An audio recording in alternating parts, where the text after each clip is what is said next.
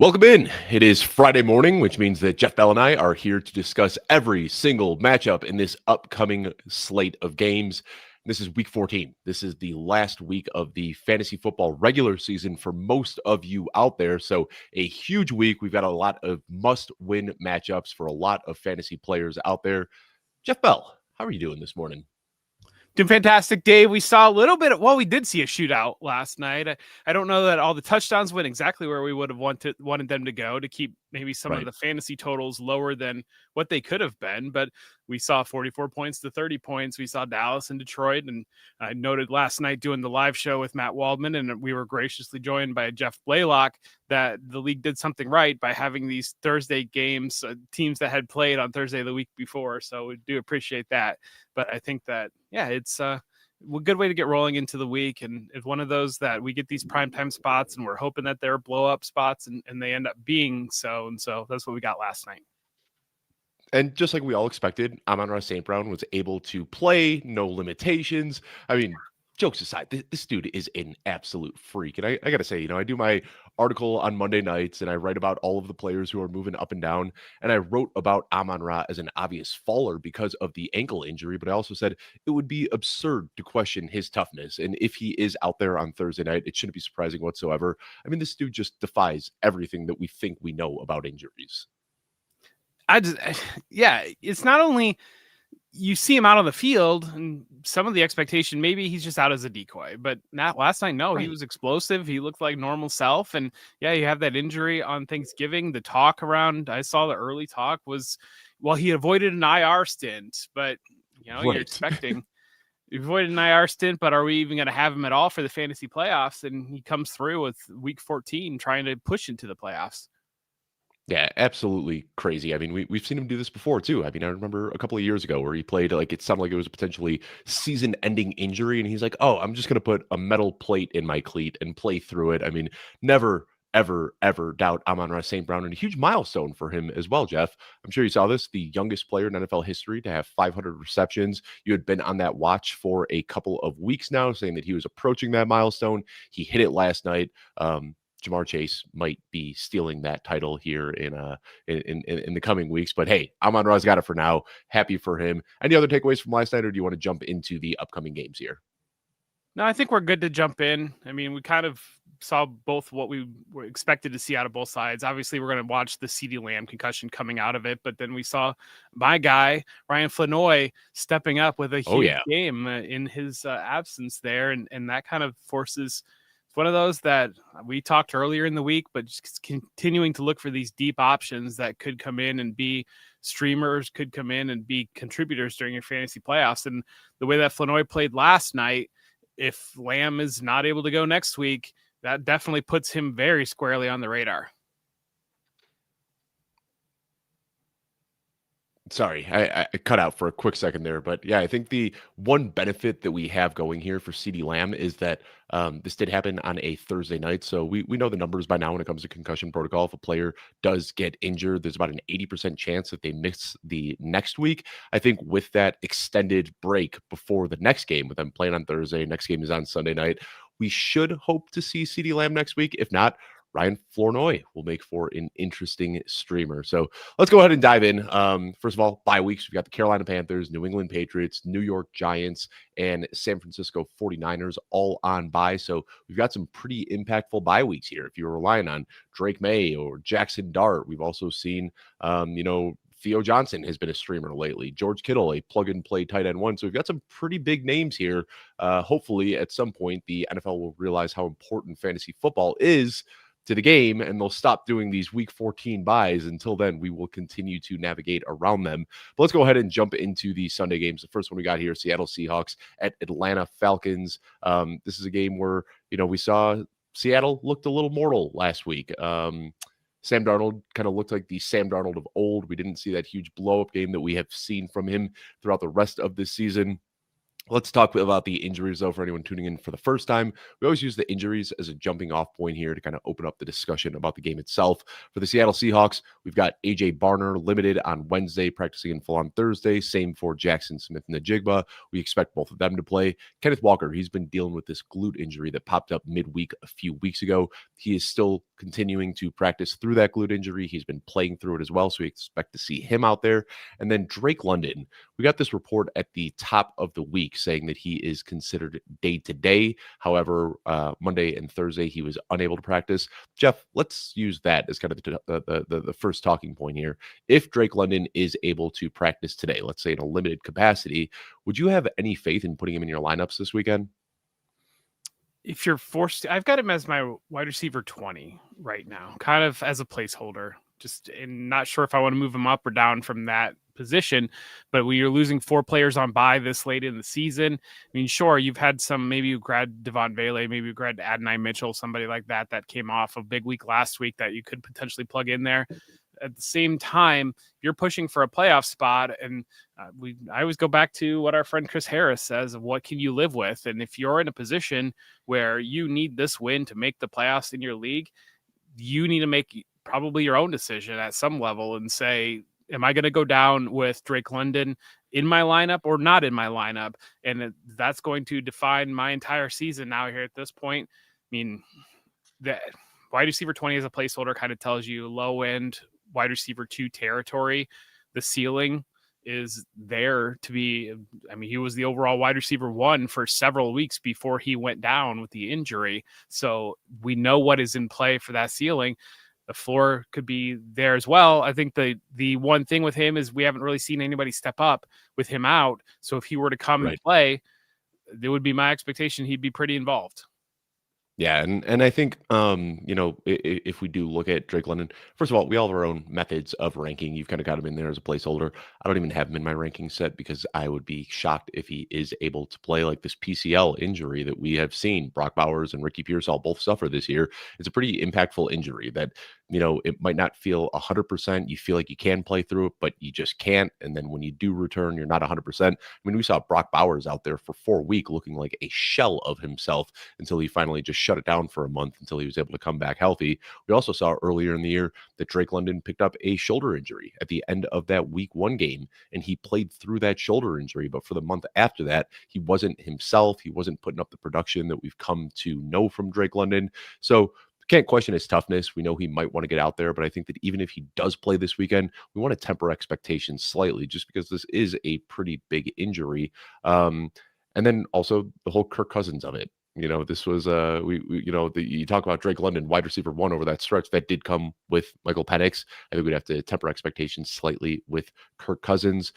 For the Seattle Seahawks, Jeff, we got a dud game from Jackson Smith Najigba. I mean, he has just been on fire for 13 weeks. I'm not even going to get upset about it. It happens. Like anybody who is gnashing their teeth over a down game from Jackson Smith Najigba, get over it. Like this dude has been a cheat code all year long. We will make a little bit of grace for somebody who has 1 down week, right?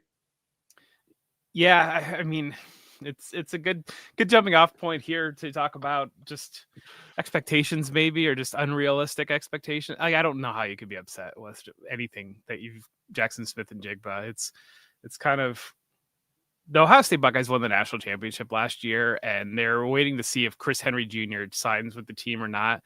And there's so much vigor online, and people are angry and whatnot about flipping, but they won the championship last year. I don't care. Like, it's like you win the championship, you give me years of joy. And Jackson Smith and Jigba, if you drafted Jackson Smith and Jigba in the 3rd round of your fantasy draft, you have gotten 12 weeks of unadulterated joy. So to have 1 down week, yeah, it's a you problem at some level. It is frustrating because he drops below his 2,000 yard pace because of that game. Mm-hmm. So he's averaging 111 yards per game. He needs to average about 132.8 now per game over the remaining season in order to get to that level. One note on the Falcons defense, they have allowed at least 80 yards and a touchdown to at least 1 receiver for 5 of the last 6 games. So their defense has been shredded by the run all season long. It had been a good pass defense until about halfway through the year. They've given up some major games to wide receivers the last couple of weeks. And you talk about that 2,000-yard pace. There's a reason we've never seen a wide receiver hit that. That is such a ludicrous mark to have to hit. And I didn't want to be the one to, spoil it for other people. But like we saw this last year with Jamar Chase. We're like, through the halfway point of the season, we're like, it's happening. He's treading for 2,000 yards. And then all it takes is like one off game to miss that mark. 3 years ago with Cooper Kupp, I remember going into like week 12. It was like, Cooper Kupp's about to hit 2,000 yards. This is unbelievable. One bad game, like you need to be on for every single game of the season in order to hit a pace like that. So not impossible for Jackson Smith-Njigba at this point, but as you said, 130 plus yards per game is not an easy mark to hit. As for the running backs here in Seattle, I think we have a little bit of a clearer picture here where Kenneth Walker is starting to pull away with some of the workload. Of course, Zach Charbonnet is just a honing pigeon for the end zone. So we could see Kenneth Walker handling 60, 70% of the touchdowns, but it feels like Zach Charbonnet, or touches, but it feels like Zach Charbonnet is still the one scoring here. So what are we supposed to do about this backfield? Are we just continuing to start both of these guys as flex players every week? I think this is a matchup that you can start them against, because I do wonder at what level are the Falcons 1-2-3 Cancun at this point. How much investment is there on that side? I think this is a game where both running backs can get going, because this is a defense that has allowed that. But you're exactly right. And it's something that we saw a little bit earlier in the season when Walker would have the volume, but then Charbonnet would get the touchdown and it would be like dead even on the fantasy points, or Charbonnet would score half a point more because he got the touchdown. We're back to that time again. Both are in play. Both are probably running low end running back 2 flex consideration type of plays. And so if you're zero hero running back build or something like that, you can plug them into your lineup. But the ceiling and the floor for both of them are it's very low ceiling probably at this point. And how many of these backfields do we see like this where the more explosive, fun running back ends up getting slightly more touches, but then we've got that other guy that just constantly finds the end zone? Like, to me, this is very similar to the Chicago backfield and the Jacksonville backfield. Like, there are just so many backfields out there that are kind of doing this same thing right now, where you've got this kind of 60-40 split. The 40% guy always seems to score. The 60% guy is able to make up for his fantasy production with a handful of explosive plays and pass catching. Like, it just seems like this is kind of the new blueprint for NFL backfields. Well, we're talking about the Falcons here, and Tyler Algier has 8 touchdowns on the season. Bijan Robinson has, was it 4 or 5 at this point? He had 14 last year. So obviously there's a significant difference in production there. See a lot of frustration about Bijan Robinson in the fantasy space. So Bijan Robinson has 995 rushing yards, 594 receiving yards. The last player in in the NFL to hit 990 yards, 995 yards and 590 receiving yards in a season was Christian McCaffrey in 2022. So We're 12 games into the year, and Robinson has done something that no running back has done since McCaffrey in 2022. So I understand frustration about the touchdowns. Bijan Robinson, even at the 101 in your draft, was not a bad draft pick. Bijan Robinson is a very good running back. He's getting heavy volume. So he's I get it, but at the same time, come on, man. Yeah. I want to ask you one last question about this game, Jeff, and flipping back over to the Falcons. If you want to pull up your tight end rankings, curious where you have Kyle Pitts ranked, because we're seeing the usage this year, which, like, that's always kind of been the frustrating thing, is Kyle Pitts isn't getting the usage that we want, but he is currently 7th in the NFL for targets among tight ends. He's got 75 targets on the year, pacing for nearly 100 targets this season. Unfortunately, the touchdowns just haven't been there, and the usage just hasn't been there. And it kind of does seem like that's the story of Kyle Pitts' career. Like, he had 1,000 yards and a bunch of usage his rookie season, but only had 1 touchdown on the year. So what are we doing here? Like, are we looking at Kyle Pitts as a plug-and-play tight end 1, or is he just kind of in that churn of tight end streamers with, dozens of other guys? He's my tight end 10. So I do have him as a tight end 1. I think the volume, you could expect the volume. You can't run on this Seattle defense. So they're going to have to figure out a way to pass around that. But I think this is a game where my expectation would be we do have a West Coast team coming east, and we know how those tend to turn out. But I think that Seattle should control this game defensively. All right, ready to move on to the next game here, Jeff? We've got Yeah, the always. Pittsburgh Steelers heading to the Baltimore Ravens in a very impactful game for the AFC North. DK Metcalf got a rest day. Aaron Rodgers got Wednesday off practice, still dealing with that left wrist issue, but full practice on Thursday. We expect to see him out there.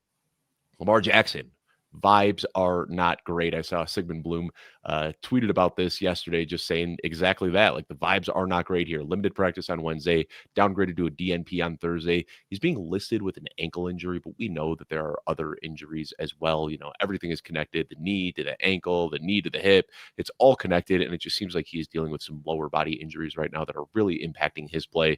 Rashad Bateman and Devontae Walker, both full limited practices on Thursday, so no huge concern for them, but just knowing that there might be some extra guys out there into the mix. I mean, we already see the ball spread thin between Mark Andrews and Zay Flowers and Isaiah Likely, that when you have Walker and Bateman out there, that's just even less opportunities going to those guys up top. So, Jeff, we got to talk about Lamar Jackson here. I don't know how you're ranking him this week. I have no idea how to rank him. Like, on one hand, it feels insane to keep Lamar Jackson out of my top 10. But then on the other hand, you look at his production over the last month, and it's been terrible. Like, you have seen it, Jeff. We are in a lot of leagues. You know, I am a very heavy Lamar Jackson drafter. I have him in a lot of dynasty leagues, and a lot of these leagues that I have where I got out to blazing starts where Lamar Jackson was looking like Lamar Jackson of old. I feel like I can't bench him in these lineups, but now I just keep losing games because of him. So what do fantasy managers do if they have Lamar Jackson? He's not going to run. We know he's not going to run. We know that the 80-yard game, the 100-yard game is not in play, the 2 touchdown rushing. He was never really a heavy rushing touchdown quarterback. We know that 120-yard explosion is not in play. And so if we know that 120-yard explosion is not in play with Lamar Jackson, we know that 350 yards passing is probably also not in play with Lamar Jackson, because that's pretty rare and far between. His passing volume is a little bit more than what we are used to, or what the historically was viewed. At least it was last year. It's not really this year. He's kind of basically, where do you have Bryce Young ranked? Because that's kind of what Lamar Jackson is right now, is more or less Bryce Young, is struggling to get to 200 yards passing consistently. He hasn't thrown a touchdown pass in multiple weeks. I might be doing discredit based upon the way that Bryce Young has been playing of late, but I think that's kind of, you just have to recognize that reality of these. And, you know, if you struggle to grasp the rush volume, then just go to your local sports book, and Lamar Jackson's line has been around 30 yards when it's usually around 50 to 60 yards. And so that tells you enough of where the expectation should be on the rushing. You remove the rushing, he's not going to be a tush push quarterback. You remove that, you remove the ceiling from the passing game, and yeah, you're left with one of these guys that usually sits around quarterback 18 in rankings. So let's try to make it actionable here, because like I feel like that's where I should have him ranked, is down in like the teens, the early 20s perhaps, but I just can't do it. So like I'm looking, like I still have Lamar Jackson ahead of Jordan Love and ahead of Jacoby Brissett, ahead of Caleb Williams, ahead of Daniel Jones. Am I crazy for still ranking him that way, Jeff? Probably. I mean, I understand it, but let's talk about this. So if you're the Ravens, you're coming into this divisional matchup with the Steelers. You know that Lamar Jackson's been limited in practice. What is your game plan here going against the Steelers? So how are you going to try to win this game? Against the Steelers, I'm going to try to keep the ball on the ground. I'm going to give the ball to Derrick Henry as much as possible and try to just bleed the clock and get out of here in a dirty 13-10 win. Okay, and what's your game plan for some of these other quarterbacks that you're ranking behind Lamar Jackson? Good point. All right, I think I might have to bump him down a couple of ticks. And I want to say, too, I see Dustin in the chat. First of all, thanks to everybody who's in the chat right now hanging out. And I see Dustin talking about how, you know, I have always graded Deebo Samuel on this running back age curve. And he's saying that we should probably do the same for rushing quarterbacks like Lamar Jackson. And I completely agree. I thought what happened last year, though, is that we saw just the blistering passing efficiency, 41 touchdowns, 4 interceptions. I thought that Lamar had kind of gotten to a point where he didn't need his rushing, that it was kind of a cherry on top. But what you see is when he doesn't have that scrambling ability, when he doesn't have that escapability out of the pocket, when he can't extend plays, then it really impacts the passing as well. So I don't want to go like full fire alarm here and say that like Lamar Jackson's career has come to an end. I think that this is one of those seasons where injuries have just compiled and he's not his normal self. I have faith that, after a full offseason of rest, he can still bounce back and be the Lamar Jackson he was last year. But I think what we are learning from this season is that if there is an injury that impacts his mobility, it is going to greatly impact the entire offense. So think about the way that the Bengals played the Ravens last week. And usually when you have a quarterback, and especially when you have Lamar Jackson's ability, the way you're going to pass rush them is some level of contained combined with aggression, where you don't want to just blow all in on that blitz lane because he gets out, takes one step to the side, and it's 60 yards out the back door. The Bengals didn't do that at all. The Bengals pinned their ears back and said, we're going straight at this guy. And the Ravens really struggled to handle that pressure. And so you've got that change, and that changes conceptually the way the spacing works within the defense. That doesn't give Lamar Jackson that half second to keep the play alive, to get downfield, to escape, and that changes the windows that you're passing into. When you don't have Rashad Bateman's not healthy, Zay Flowers can attack vertically, but other than that, I mean, Devontae Walker has feet for hands on most plays, and so if he's going to be your vertical threat, or DeAndre Hopkins, it's not there anymore. It's he can give you one or two like short to intermediate. DeAndre Hopkins bodies a guy, plays per game, but other than that, there's nothing vertical out of Hopkins. You're relying on Isaiah Likely to be a vertical threat. Your backup tight end basically to be your vertical threat in your offense. So we're running into, with the Ravens, with the Chiefs, with the Bills, we are pretty confident we know what these teams are because we've seen these teams be for the last 5 years. But then the switch just isn't turning on, and all of a sudden you're in week 14 and the switch hasn't turned on for weeks. And at some level we need to say, well, maybe there's not a switch. I think that's a good point. Last thing I want to say about this game, Jeff, I see a lot of hype for Isaiah Likely this week after he had a big game last week. Count me as a doubter. I've been an Isaiah doubter this entire season. What I saw last week was them attacking Cincinnati, who is very weak against tight ends. Now they have a tougher matchup against the Pittsburgh Steelers. And I want to say Steelers, if you look, they are still top 5 in fantasy points allowed to tight ends, but still, 8 points per game fewer than the Cincinnati Bengals, who have just been a cheat code for opposing tight ends. So I'm still exercising some caution on Isaiah Likely this week. I mean, sure, he's in that streaming discussion that is so deep this season, but I've got him outside of my top 20.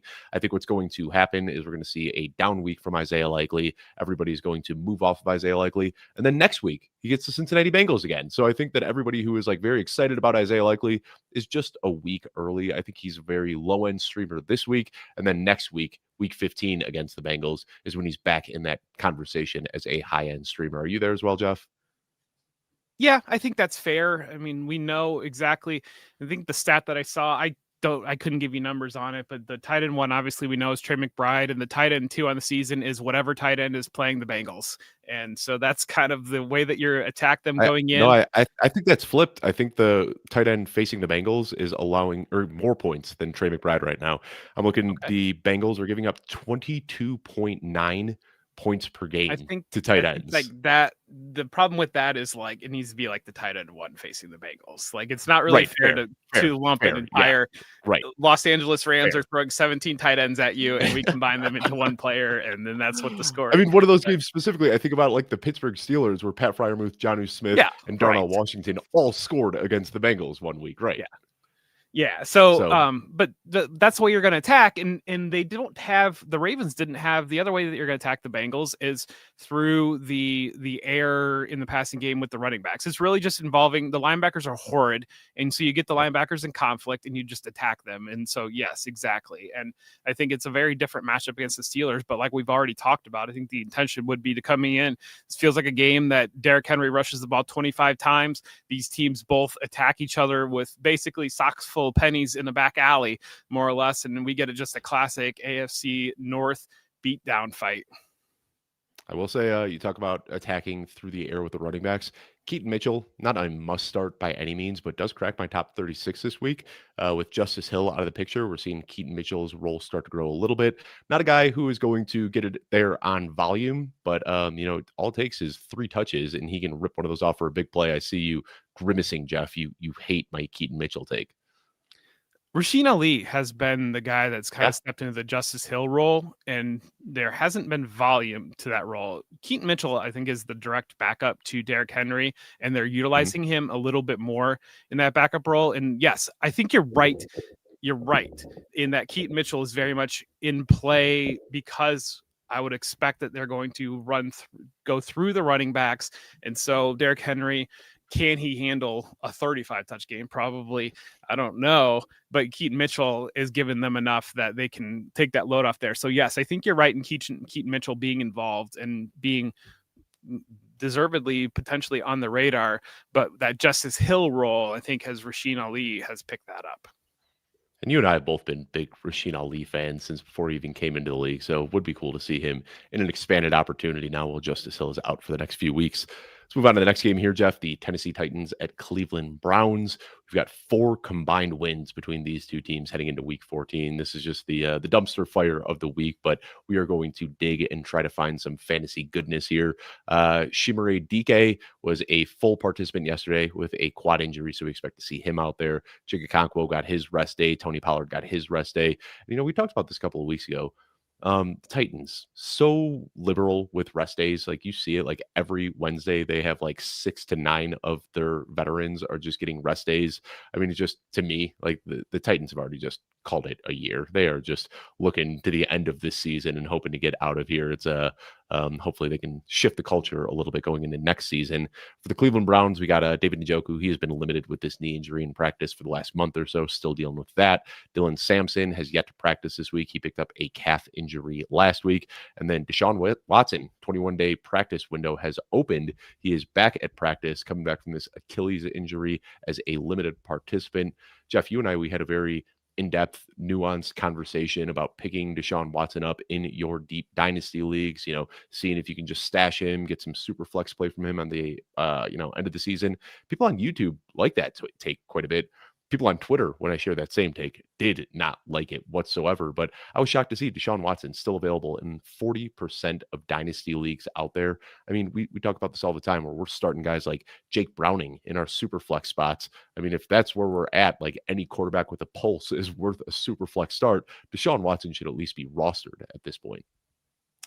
People on YouTube just want to win, and they don't really care about trying to put off something. I feel like the Twitter reception is a little bit more of like, well, I mean, this probably is a right take, but also on Twitter, I need to say that you're a horrible person if you have Deshaun Watson on your team. But meanwhile, yeah, let me go in and put that waiver claim in. So what do we want to talk about in this game? I mean, the Titans, we saw that backfield. I don't want to say it flipped, but we're starting to see Tony Pollard more involved than I think Tajay Spears drafters would like to see. I mean, like, I still want to get Tajay Spears in my lineup as a flex where I have him, but so much of his value has come late in garbage time as a pass catcher. I don't know if this is a game where there's going to be garbage time. Like, Tennessee could win this game. Like, we don't really know what the game script's going to look like here. So I think, like, I don't want to take the cop out here. I say we want to find gold where we can. I think you're still starting Harold Fannin as a tight end 1. He has been phenomenal. Like, just a great draft pick by the Browns. When you look at the Tennessee Titans, I mean, like, Tony Pollard, Tajay Spears both kind of fall into that flex consideration, but this is not one where we're looking at many viable fantasy options this week.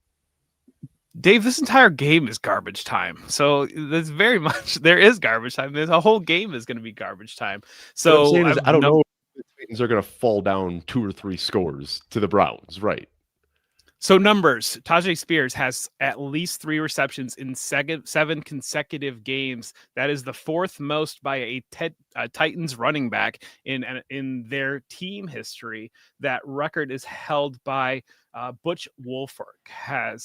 No, that's who he tied. So the record is held by Fred Willis, has 13 games. So that's a little bit interesting there. You've got Gunnar Helm is going for Titans record for receptions by a rookie tight end. He needs one more to tie Bo Scaife for the most by a Titans rookie tight end. We're getting like way down into like the most. My wife always jokes with baseball that like you can invent like the most stats for like anything, and we're getting way down there here. But the Fannin, Harold Fannin needs 84 yards to break the team record for the most by a rookie tight end in receiving yards. Wow. Ozzie Newsome holds that record. He's got 51 receptions. That's the 7th most by a Browns rookie. He needs to get to 66 to break the team record for receptions. So he needs 15 more catches to break that team record. Not the tight end record, the team record. Team record for rookie receptions. And then David Njoku needs 3 catches to tie Dante Lavelli for the 2nd most in Browns franchise history.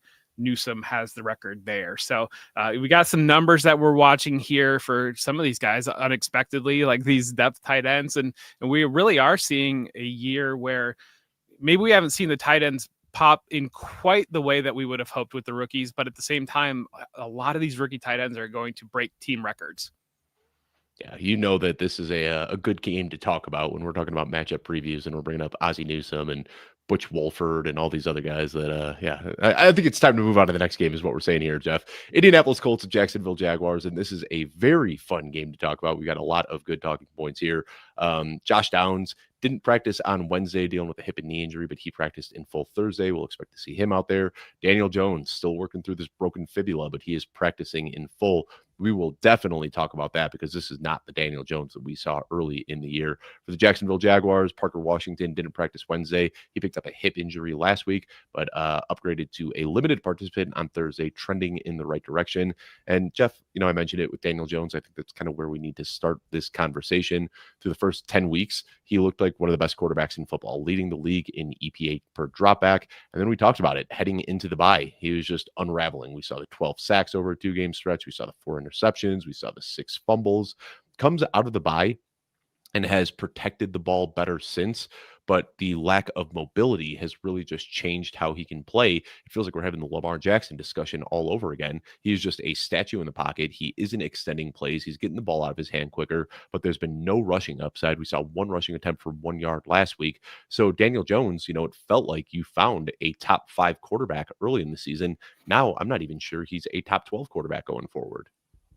Yeah, I think that's the way you need to look at it. And as things would, I had texted you and our friend Joey Wright before the games last week saying, hey, look at these rushing lines for Daniel Jones and Baker Mayfield. It was, I think it was 7.5 for Daniel Jones and 8.5 for Baker Mayfield. And I said, man, like this feels like a little parlay opportunity here. Like, are these guys, it seems like they're on the MASH unit just to get active. Are they really going to run for this? And then what do? We have Baker Mayfield rips off like a 20-yard gain, like the second play of the game, because that's how things work. But you're right, Daniel Jones did not run, so I was half right, but that's all wrong on a parlay. But yeah, it's I think you're getting a different player, and really just kind of that lack of rushing. I was a little bit tongue in cheek a week or two ago about pointing out that Jonathan Taylor's kind of slowed down over the last couple of weeks, and now it's see, I did it the week before he slowed down. I tweeted about potential regression, and people wanted to just hang me for it. And since then, he's had 3 games with under 12 points.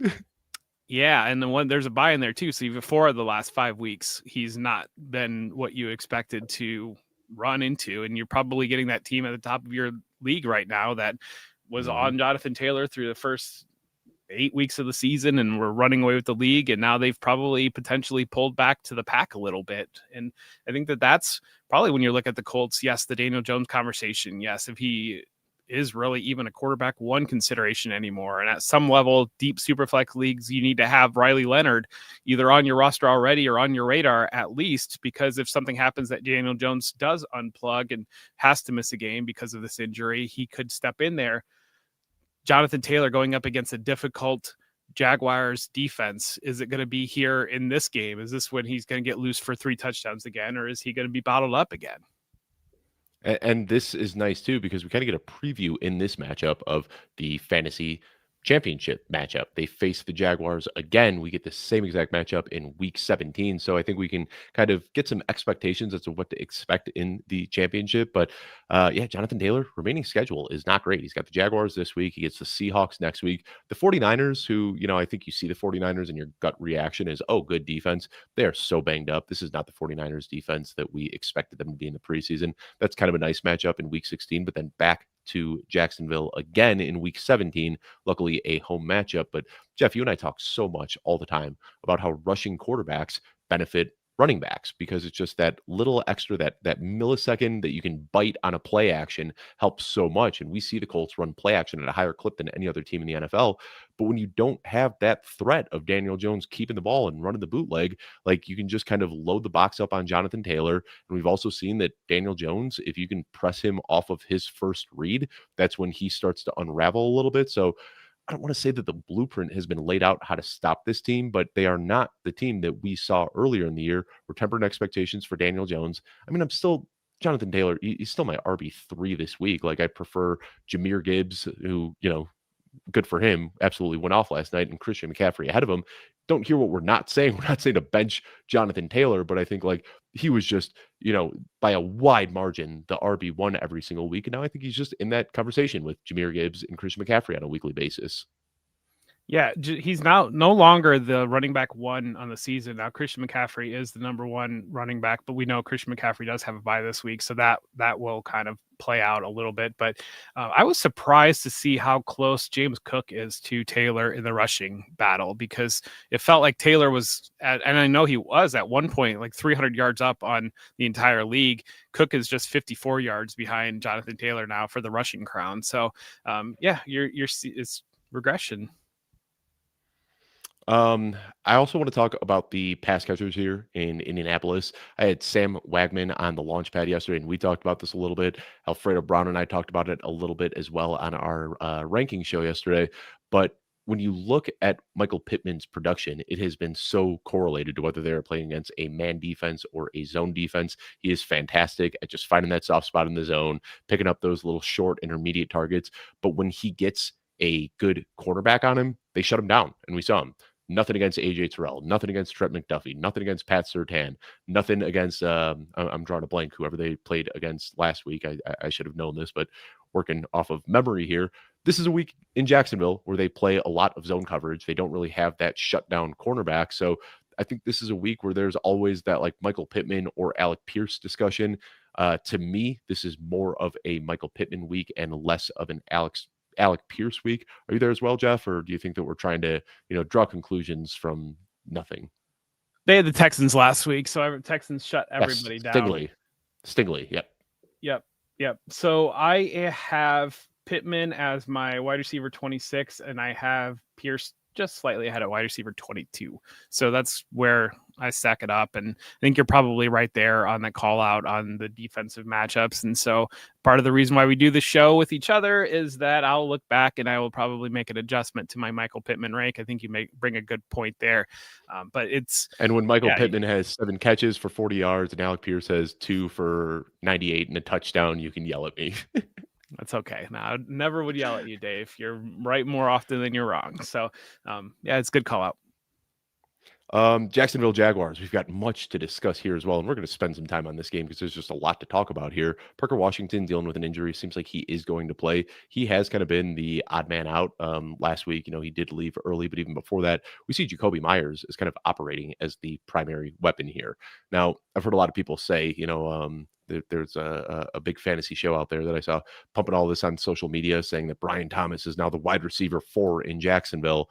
I am not there. I think that he was limited coming back from a 3-week absence last week. I think he was just kind of getting up to speed on that ankle. I still have faith that Brian Thomas Jr. is the I don't want to say it. He's a top 2 receiver on the team. I don't know if he's number 1 or if he's number 2, but I think this is what we envisioned in this Liam Cohen offense from the jump, was that there was going to be this high-low attack with what we expected to be Brian Thomas Jr. and Travis Hunter, but now we've got it with Brian Thomas Jr. and Jacoby Myers. I think both of these guys just kind of fall into that wide receiver 3 discussion. You want to get them in your lineups. There's upside and there's downside. I saw that same clip and I did watch it, and I was waiting for them to name at least 3 other wide receivers that make Brian Thomas Right. wide receiver 4. And it felt to me a little bit like a lot of people are screaming that Texas is a college football playoff team, but then nobody is saying who they should be in front of. And so it's like one of those of like, he's the wide receiver 4. Okay, name the other 3 wide receivers. Oh, he's a wide receiver 4. And that was my takeaway from that. But I think that Myers, you're right on Myers. He's averaging 61.25 yards per game since arriving in Jacksonville, really taking over. And it's probably a comfort level where Trevor Lawrence is comfortable going in that offense, along with the offense the Liam Cohen offense that we saw Chris Godwin be so dominant out of the slot in. Jacoby Myers, kind of the proxy for that potentially in this Jacksonville scheme. And that's the way you would draw it up with their skill sets. We're also seeing Brenton Strange being very involved, top 40 receiving yards in 5 of his 6 games that he didn't leave with injury this year. So he's been come back. He's been, I think it was, I want to say he was the tight end 4 maybe over the last 2 weeks, maybe even higher than that. Mm-hmm. He's been really good since returning from injury. So you're getting this from other areas. And another thing I talked about last night with Matt Waldman on looking forward into the off season, is Brian Thomas Jr. going to be a Jacksonville Jaguar? Because I think that's a legitimate, fair question. They might pull the plug. They might recoup some draft capital there. We know they're down draft capital after going and get Travis Hunter. Maybe Hunter profiles to be that number 1 receiver. They're comfortable with Jacoby Myers in that slot there. And you could see moving forward, that's might be where we are. Yeah. And I mean, I've been saying that. I just simply don't think Brian Thomas Jr. is a good fit in this Liam Cohen offense. Now, that doesn't mean that he can't be a good wide receiver elsewhere, but so much of what Liam Cohen's offense is those in-breaking routes where you're forced to catch the ball through traffic. And that just isn't something we've seen Brian Thomas Jr. really succeed at. Like, he is best when he plays outside the numbers, deep downfield, and there is a role for that type of player in a lot of NFL offenses, but I just don't see it in Liam Cohen's offense. So, I don't want to, dog on Brian Thomas Jr. It's been a very difficult year. He's played through injuries. There's a lot going into his struggles, but I think that a trade is very, very likely. And I think heading into next season with a trio of Travis Hunter, Jacoby Myers, and Brenton Strange, who has emerged as a very good pass catching tight end, I think that's enough right there. And if you can get a 2nd-round pick for Brian Thomas Jr., I think they got to take it at this point. We could talk about the backfield here, Jeff, but I think we kind of know what to expect with the Jacksonville backfield. This is another one of those 60-40 splits where the 40% guy always seems to find the end zone. I feel like we're just saying this about so many teams nowadays, but Bashal Tutin, we're seeing him start to press for a larger role, but it is still ever so slightly in favor of Travis Etienne on a weekly basis. Yeah, and we this is another thing we talked about. If you check out the episode earlier in the week of we having a guy like Tyler Algier where it's very intentional when he gets involved in the goal line, and Tutin's felt a lot more accidental touchdown scorer, but we definitely have gotten that. Etienne had one of his best games a couple of weeks ago. He had his worst game of the year last week. And so you just kind of run into some of these efficiency concerns with Travis Etienne. We know what we're dealing with here. It could be in play in this game, but then at the same time, Tutin could be more involved. It's one of those backfields that trends towards the low end running back 2 flex consideration for these pieces. All right, Jeff, on to the next game here. We've got the Washington Commanders at Minnesota Vikings. Unless there was something else. I see you looking. Did you want to cover anything else in the game? All right. Commanders and Vikings. Here we go. Jaden Daniels practicing in full yesterday. I'm blown away by that. Seems like he is trending to play, so good for him. For the Vikings, we've got J.J. McCarthy through concussion protocol, practicing in full. He is also expected to play. Aaron Jones has been limited all week with a shoulder injury, also expected to play. And then we've got Ty Chandler back in the mix after an extended IR stint. He is back at practice, logging a full practice on Thursday. So let's start with the Minnesota backfield here, Jeff. I know it might not be the sexiest spot to start here, but I think there's a lot to discuss. Aaron Jones trending to play after exiting last week's game with a shoulder injury. I think without Aaron Jones in the picture, we'd have looked at Jordan Mason as kind of a back end RB2, Xavier Scott as a desperation flex. But now with Aaron Jones trending to play, with Ty Chandler back in the mix as well, I wonder if this is just like a, hey, let's just avoid all of these running backs in Minnesota this week. Yeah, I saw one of the parody accounts that there's like these parody news accounts that will tweet out like headlines or whatnot, and it was basically no, this was good. It just made me laugh because it was one that said the Vikings are fearful that JJ McCarthy is trending to play again this matchup. So it's don't play a Titan. It's you love the matchup because Commanders have been the worst defense against the pass at least, and so that plays in for Aaron Jones potentially. So you want to say that the matchup's there for it, but we haven't seen this Vikings offense able to support anything in fantasy, and so you're going to go down swinging here trying to make your fantasy playoffs. You're going to want to do it relying on a Minnesota Viking with JJ McCarthy right now. Yeah, and I think, it's we joke, of course, but I mean, we saw it was even worse with Max Brosmer last week. Like, this is just not. We had faith that Kevin O'Connell would be able to. Worse. Exactly. Yeah. And like, we think that Kevin O'Connell is just going to continue pulling a rabbit out of a hat every single week, regardless of who the quarterback is. But I think he finally met his match this season. So, yeah, things right now are bleak for the Vikings. And we got to have the Justin Jefferson conversation too, Jeff. We had an extended conversation about this in Basecamp, which is our internal communication system that we use over at Football Guys. And like, the overall numbers don't even tell the full story, because with Carson Wentz, Justin Jefferson still wasn't living up to his pre-draft expectations, but he was pacing for 1,600 yards. He was the wide receiver 8 in scoring. You remove that sample with Carson Wentz, he's pacing for about 900 yards. He is not even a top 40 wide receiver. So our moral Tremblay said it so succinctly, as soon as you bench Justin Jefferson, he's going off for 100 yards and 2 touchdowns. And it does feel like he still has that in his range of outcomes, but we haven't seen him come anywhere close to there. So if you are a fantasy manager and you're sitting on some of these guys who have been looking good recently and have been involved in better offenses, let's say a Michael Wilson, an Adonai Mitchell, a Terry McLaurin who's back from injury now, are we thinking about benching Justin Jefferson for some of those guys?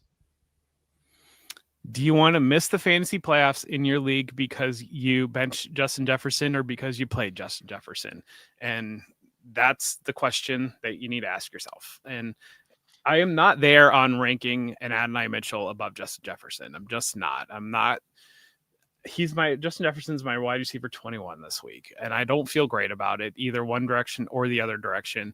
But I also don't enjoy the game that seems to be being played right now of like, check out how low I have Justin Jefferson ranked this week, of like, okay, well, it doesn't need to be like a victory lap parade on this guy being disappointing. And the ceiling for a game, especially in this matchup, the ceiling is very much there against this team in particular, against a Washington defense that is 32nd in pass EPA.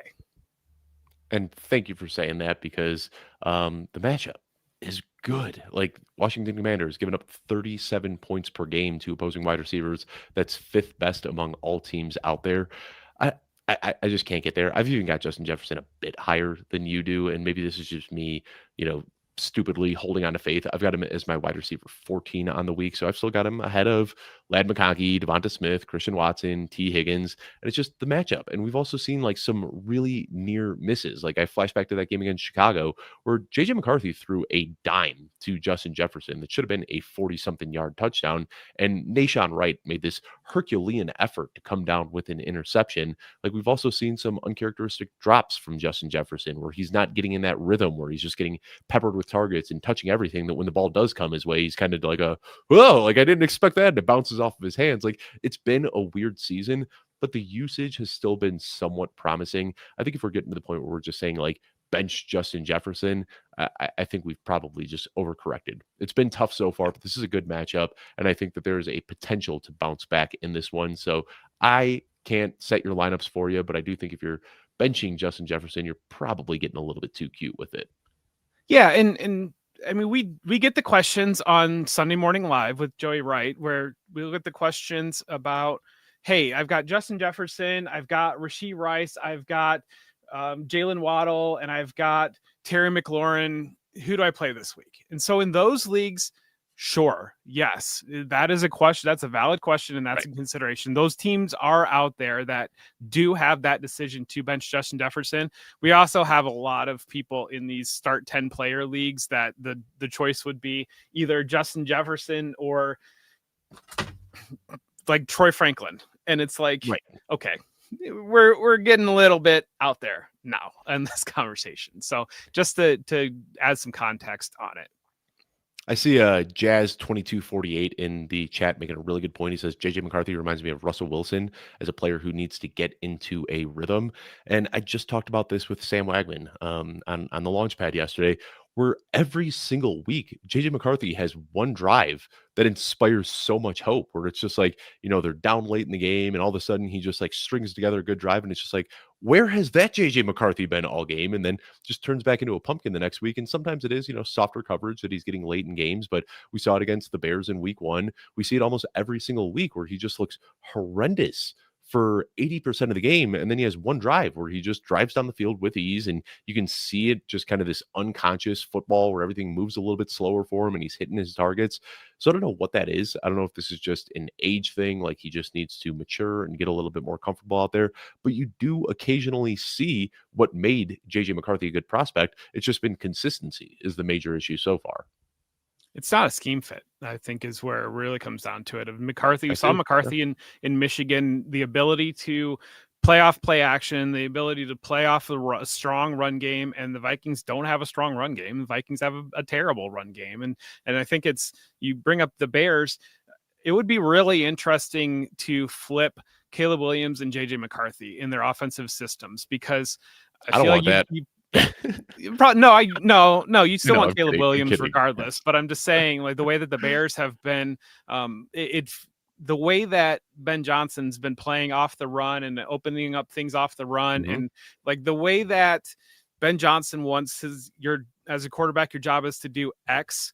And I feel like that fits JJ McCarthy really, really well. Whereas, like, if you were to put Caleb Williams in, at some level, Caleb Williams is learning to do the right things and then learning to do everything. But at the same time, he's incredibly creative. And so if you were to put him in this environment of having Justin Jefferson and Jordan Addison, and just like, let's just blow it open and rip it, it would be really, really fun to see there.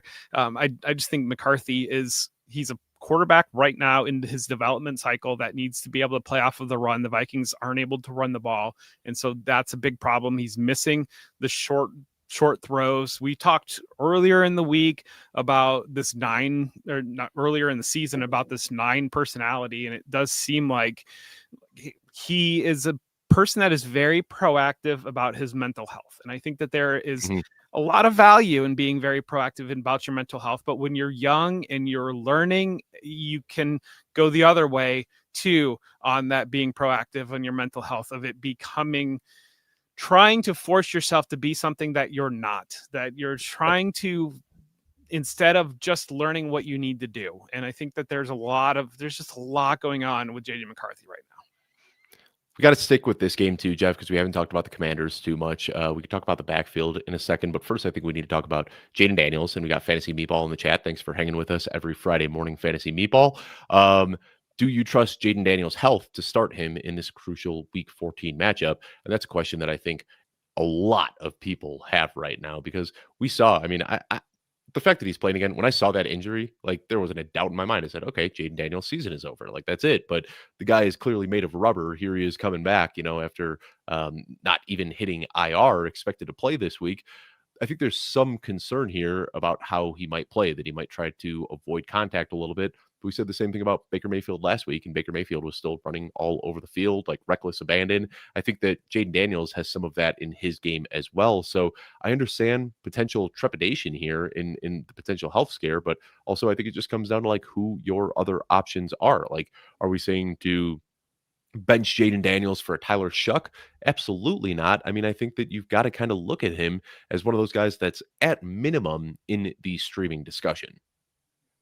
My quarterback 13 right now. It's not a leg injury that he's not coming back from. It's Right. nothing to do with his legs. And so this isn't the Lamar Jackson conversation of we don't have the mobility. It should be in play for rushing. And I understand concern about protecting his non-throwing arm, non-throwing shoulder. And so I get it, but at the same time, he is a runner that can play off of those things. And we need these quarterbacks. That's part of his game that allows him to open up to do other things. The matchup is not ideal. Minnesota's been a really strong defense, and we know Brian Flores can send some exotic blitz packages. And so he'll have to plug back into a lineup after missing a good chunk of the season and get comfortable in that setting. But it very much is in play for him to get there on the rushing. And so if you've got a quarterback that to me, when I'm doing rankings and looking at quarterbacks, if I have a quarterback that can get there on rushing, that creates a minimum floor of where they should be in my rankings. And then you're working up from that. And we saw last week, all the passing offense pieces looked very, very good.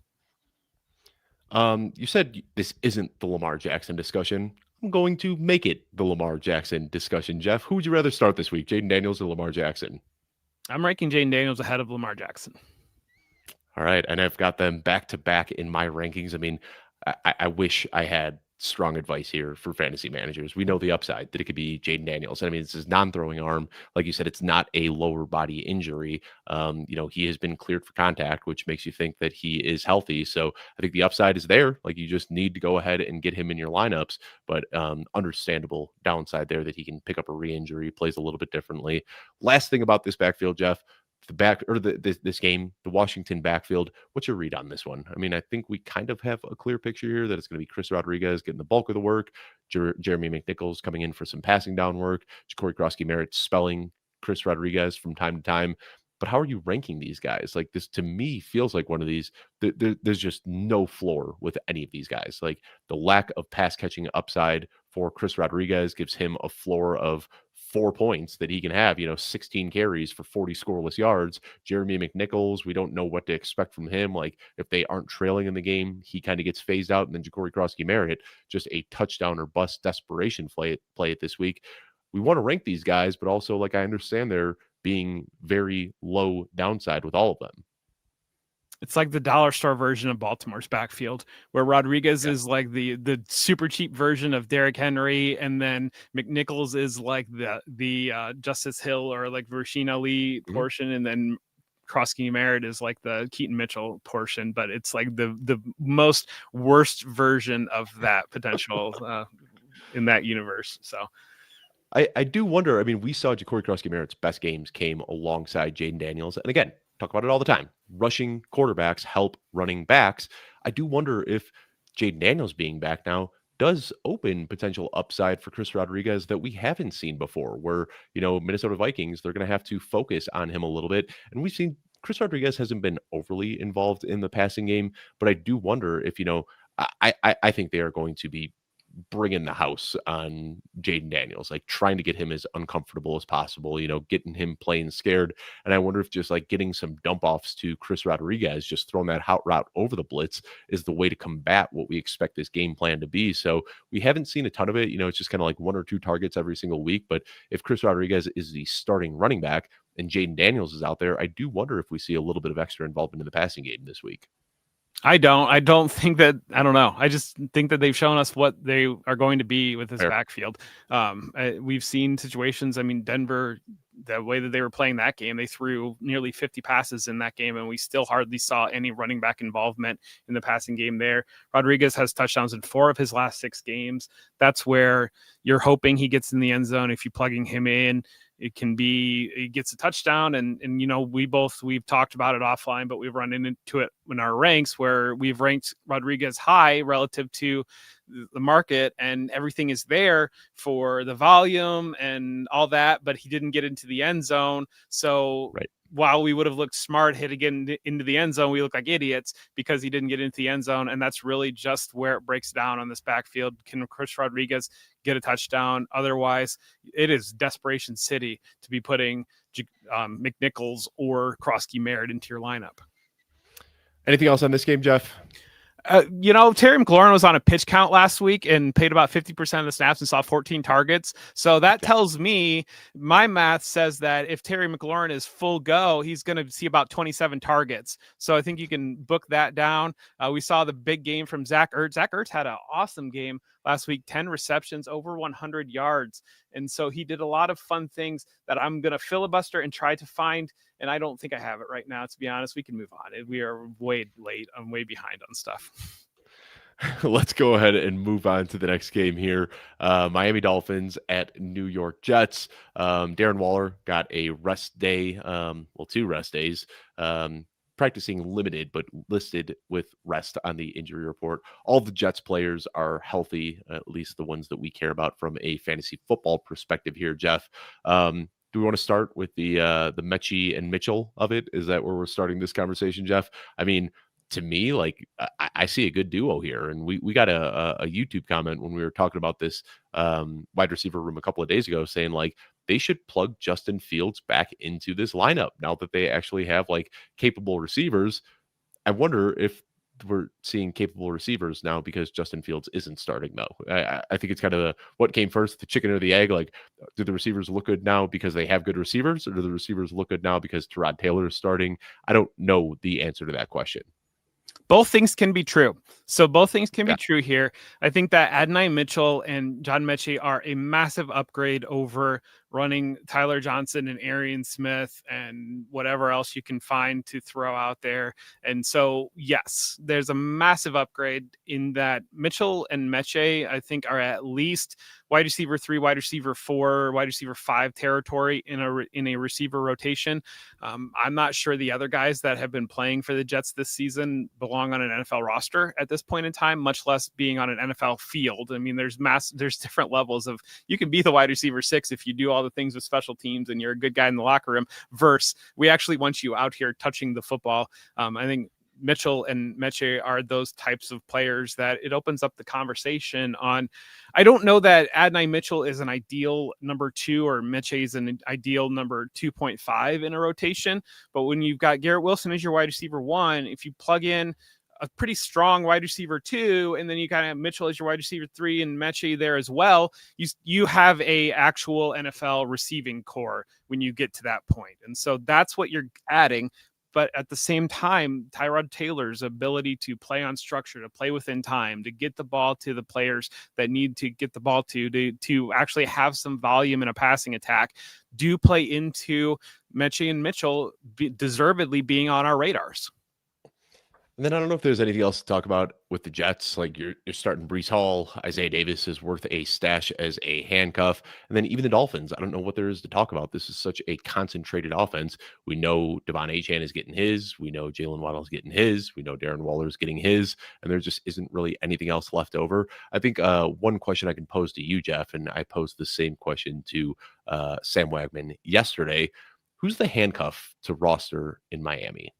Is it Ollie Gordon or is it Jalen Wright? It would be a split backfield, and you would probably, I would argue it's going to be Ollie Gordon, because I would have a better faith on him being involved around the goal line.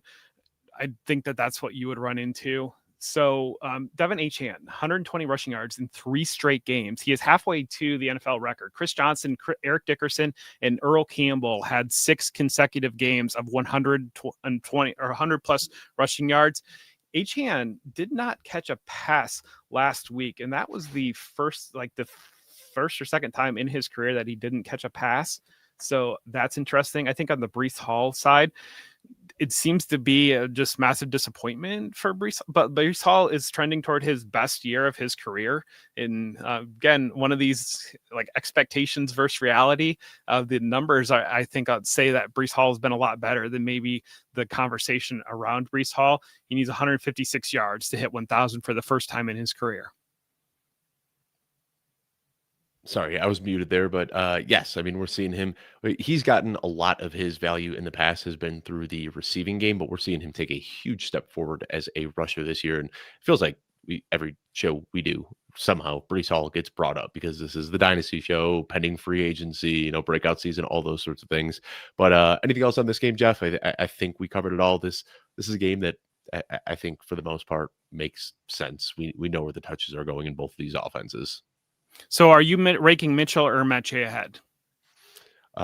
Good question. Let me pull up my rankings. I believe I have Mitchell ahead. Yeah, I've got Mitchell as wide receiver 26, which is pretty aggressive. And then I've got John Mechie at wide receiver 37. So, both in the starting discussion, but I think there's just more upside with Mitchell. I think Mechie gives you a safer floor. Mitchell gives you a higher ceiling. I know that's just like the most generic fantasy bro cop out imaginable, but that's kind of how I'm looking at these two. Yeah, and then you've probably with Mason Taylor and with Darren Waller, you just back end streaming options that if you're just really desperate there. It is interesting. The Dolphins have struggled to identify a third wide receiver with Tyreek Hill being out of the lineup, having Malik Washington, and then obviously Jalen Waddle. Last week, we saw a big shift in how they used their personnel for the first time this year, where they used Waller, they used Dulcich a little bit more, they used Julian Hill, and they used a lot more 12 personnel last week than what they had been previously. And so seeing if they continue in that trend will just be a little thing to watch there. Moving on to the Saints and Buccaneers, technically in NFC South battle, but only one of these teams is really playing for anything right now. Saints, we've got Alvin Kamara still not practicing. Was on the injury report with an ankle. Now they're saying a knee/ankle, so don't like seeing additions to the injury report after missing time, but that's where we are. Chris Olave didn't practice on Wednesday, was upgraded to a limited participant on Thursday. He's been dealing with back spasms for the last couple of weeks, was able to play through it last week, but we'll see how that shakes out this week. For the Buccaneers, much needed reinforcements are coming back. Mike Evans, who broke his collarbone earlier in the season, is back at practice. Chris Godwin is now practicing in full, coming back from that fibula injury. Jalen McMillan is back at practice as well after spending some time on IR. Bucky Irving practicing in full with the shoulder injury, as we'd expect. Ankle isn't even listed on the injury report anymore, so love to see that. And then Baker Mayfield, he's dealing with that left shoulder injury, but practicing in full through it. So, Jeff, I think the big talking point here is what the Bucs could look like. Like we have been seeing this mismatched whatever they can put together on a weekly basis, but it looks like maybe not this week, but at least next week we're probably going to be looking at Baker Mayfield out there with Bucky Irving, with Emeka Egbuka, with Mike Evans, Chris Godwin, Jalen McMillan, his full complement of pass catchers, and that's just something that we haven't seen so far this year. Yeah, and we have seen Chris Godwin has edged out Sterling Shepard, so Godwin is dominating out of the slot again, and I think that Godwin, that ceiling can be, even this week, could be back there of where we had him as a wide receiver 1 in fantasy. That ceiling could be back. The Saints have been a strong run defense, but they haven't been.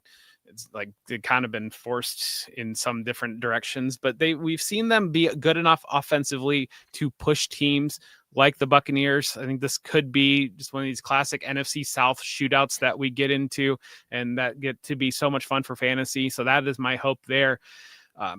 You plugging Mike Evans back in. Tez Johnson has remained in the lineup as the outside receiver opposite Emeka Egbuka. So that is the placeholder for Mike Evans, would plug back into that role. And then I think Jalen McMillan would kind of become that top backup that would kind of move between either if one of the outside receivers are out of the lineup or Godwin, like you kind of would plug McMillan into there. Maybe you leave McMillan outside, you move Emeka Egbuka to the slot when you want to rest Chris Godwin, and it knocks down Sterling Shepard. It knocks down Tez Johnson from being anywhere near consideration to borderline. It probably shouldn't even be on your roster, depending on how deep leagues are. Dynasty, you're still holding Tez Johnson, but Sterling Shepard, if you need to make that cut, he's a player that we could probably feel pretty safe about dropping, except for the deepest leagues.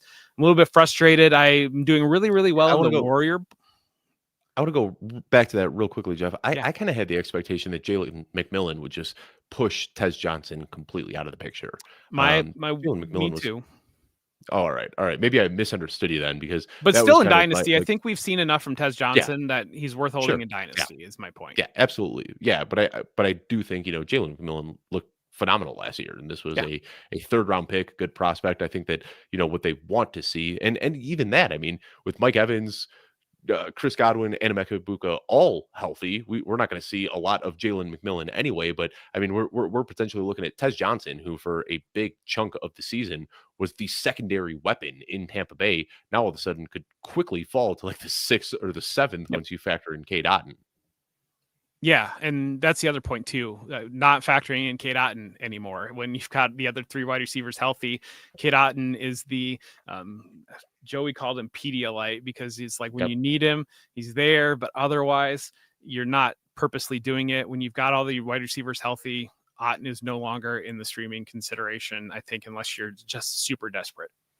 I didn't mean to cut you off. I just wanted to get that in there. I want to hear about your Warrior Bowl. What's going on in Warrior Bowl with you, Jeff? Mike Evans was sitting on waivers, and I thought I was being really slick and adding him, and I got outbid, and I was so frustrated. I'm top 10 in scoring in Warrior Bowl, and I thought that I was going to be able to, on the sly, add Mike Evans and just kind of be like Thanos with the gauntlet when we go into the playoffs here. That didn't happen. So hat tip to, I think it's buy and sell you is the username on Sleeper, but a good call there. Good play by them. Yeah, and I think a lot of people just expected that Mike Evans' season was over when he broke the collarbone. Yeah. So he is available in a lot of leagues, obviously not your dynasty leagues, but in your redraft leagues out there. Check the waiver wire because I do not think that there is a better player you could have on your IR spot right now than Mike Evans. But check your dynasty leagues too, though, because if he's on a team that is not a contender, and you are a contender, he could be a great under the radar guy to go out and trade for right now. Let's move on to the next game here, Jeff. Unless really, just really the backfield. Time out. Yeah, because the backfield in Tampa. So we do have a question in the chat about Sean Tucker's value being gone now.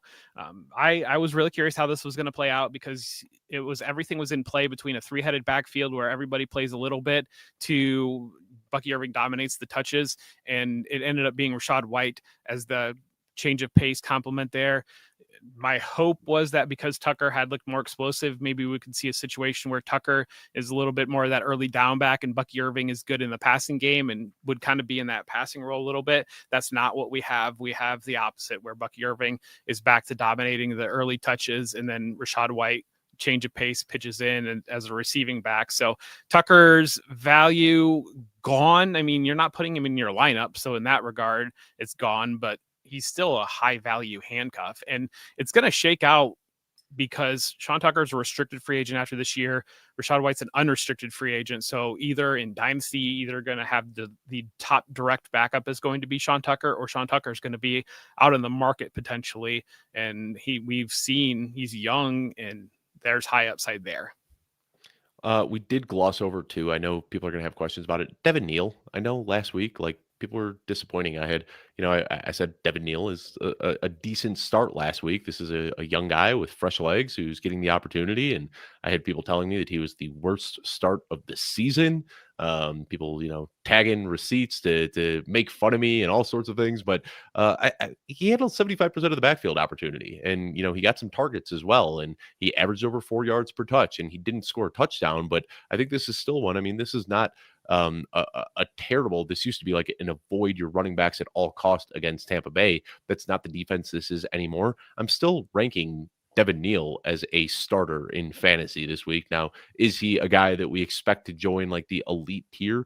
Absolutely not, but I've got him as the running back 24 on the week, which, means that you're starting him in most leagues. Jeff, am I crazy for still keeping the light on for Devin Neal after last week? He got close to 20 touches. If you're adding 20 touches off the waiver, I mean, and you have a problem with that, you don't know what we're doing here. I think is where a lot of that comes down. 69 scrimmage yards last week. Dave, if you were to project 69 scrimmage yards over 17 games, where do you think you end up with? You're asking me to do a lot of math in my head right now, but that's around 300 touches, right? No, so 69 scrimmage yards per game over 17 games. How many scrimmage yards do you get to? It's too early to be doing this sort of math, but I'd guess around 1,200 yards. 1,173. So right. You're telling me that a back that you add off of waivers gets nearly 20 touches and would trend towards 1,200 scrimmage yards, and that's a terrible call? As a running back too, as a lone, no, That's I think yes, the matchup's not great, and I think it does trend more towards a low end running back two or a flex matchup potentially. But the potential for 20 touches and the potential for 70 scrimmage yards and a touchdown very much in play for Devin Neal. Let's move on to the next game here. Cincinnati Bengals at Buffalo Bills. And I see, Jeff, was there something you wanted to talk about in the last game? Just Devon Vele, I think, is I interesting figured, because yeah. I figured we've Devon seen this Vele, yeah. match since Rashid Shaheed was traded. We saw the passing volume now, where 15 targets over the last two games. 2 games ago wasn't really on the radar because 7 targets did little with it. Last game, 8 targets did a lot with it. So Vele, we've seen this offense be very consolidated between the top 3 options, between Juwan Johnson, between Chris Olave, and then Shaheed when he was there. Vele plugs in there. It's very much in play for Vele, and I think there would be a lot more talk about Vele had Adonai Mitchell's week not happened last week. Yeah, I think you're right. And Tyler Shuck also has looked better and better just about every single week. I can't say that, the Saints have found their quarterback, but I think that they're going to have faith rolling into 2026 with Tyler Shuck. I mean, he has looked pretty good over these last few weeks. The wins haven't really been coming, but at least there's enough good things on tape that you can feel okay about Tyler Shuck. Well, and given what we're seeing in Philadelphia, maybe they haven't found their quarterback, but they might have found their coach, and that could be just Yeah. as important. Cincinnati Bengals at Buffalo Bills. This is truly a must-win game for the Bengals. The Buffalo Bills would like to win the game. I think they'll be fine either way, but big playoff implications in this one for the Cincinnati Bengals. We got Taj Brooks clearing concussion protocol, back to practicing in full as of yesterday. Chase Brown practicing in full, but he is on the injury report with a calf. Jermaine Burton, he's practicing in full. Doesn't really matter for fantasy, but we'll talk about him anyway. And then T. Higgins has also progressed through concussion protocol, and we expect to see him out there. Dalton Kincaid, my goodness, it's just one injury after another. He's been dealing with this hamstring injury and then showed up to practice yesterday with a knee brace. Now he has a knee on the injury report as well. And then Josh Palmer dealing with knee and ankle, not practicing at all so far on Wednesday or Thursday. It has just been one injury after another for Josh Palmer and Dalton Kincaid. So no surprise that either of them are on the injury report here. Jeff, as the resident Bills fan, I will let you pick the starting discussion that we want to talk about with this game. What's the one thing that you're going to be watching closest in this matchup? I think I think for fantasy, what are we watching closely would be that split probably in the Bengals backfield. How involved is Samaje Perine, where all the touches last week because they were winning by 3 touchdowns for most of the game, or is this trending closer to 50-50 split? Chase Brown's been excellent. He just set the Bengals franchise record for 100 scrimmage yards in 6 consecutive games. He had broken his own record that he shared with multiple players. So he is 100 yards per game, and it should be there against the Buffalo defense that's been horrible against the running backs. I think the wide receivers, it's an interesting conversation about so Andre Yoshivas has been viewed as having very high contingent upside. Well, the reality of it is we get players like Yoshivas who play a very specific role, and then when T. Higgins or when Jamar Chase is out of the lineup, then Mitchell Tinsley steps in and gets a lot of volume kind of as the proxy for Chase or for Higgins. Tinsley obviously didn't deliver last week when given that opportunity. Maybe that changes some things, but we absolutely have seen Tinsley deliver in moments throughout this year, but that does shape the conversation about the contingent upside of Andre Yoshivas. And we've seen Mike Gesicki get involved too. And I think that was a proxy of the receivers being out. My expectation would be with both T. Higgins and Jamar Chase healthy, heavy volume to Jamar Chase and T. Higgins, and then everybody else falls down to being a secondary piece that could get into the end zone. The Bengals have absolutely owned the Bills. And I think that the Bills so when you really break it down, the difference between the Bills and the Patriots right now is the Patriots got Joe Flacco, and it was an iffy week of if Joe Burrow taking reps in that week, but still got Joe Flacco. The Bills get Joe Burrow coming off of a full game healthy and looking like the very best version of the Bengals last week. So this is life as a Bills fan at this moment of time. Yeah, and Joe Burrow, I think, just since you brought his name up, just like back into the plug and play elite QB1 discussion. Any concerns about last week? We could there were some timing issues early in the game where I think you could just see I haven't played football in 2 months. Like, let me just get some reps under my belt. And, there were some weird errant throws to Jamar Chase where they weren't on the same page. But I was really shocked to see the mobility. Like, he was sliding around in the pocket, he was scrambling, he looked just like Joe Burrow. So I think that we're just back to, what we saw last year where the Bengals are back up against the wall, need to win out between now and the end of the season. And that's when we saw Joe Burrow just light it up. Talk about the backfield as well. And I want to talk on that real quickly in Cincinnati.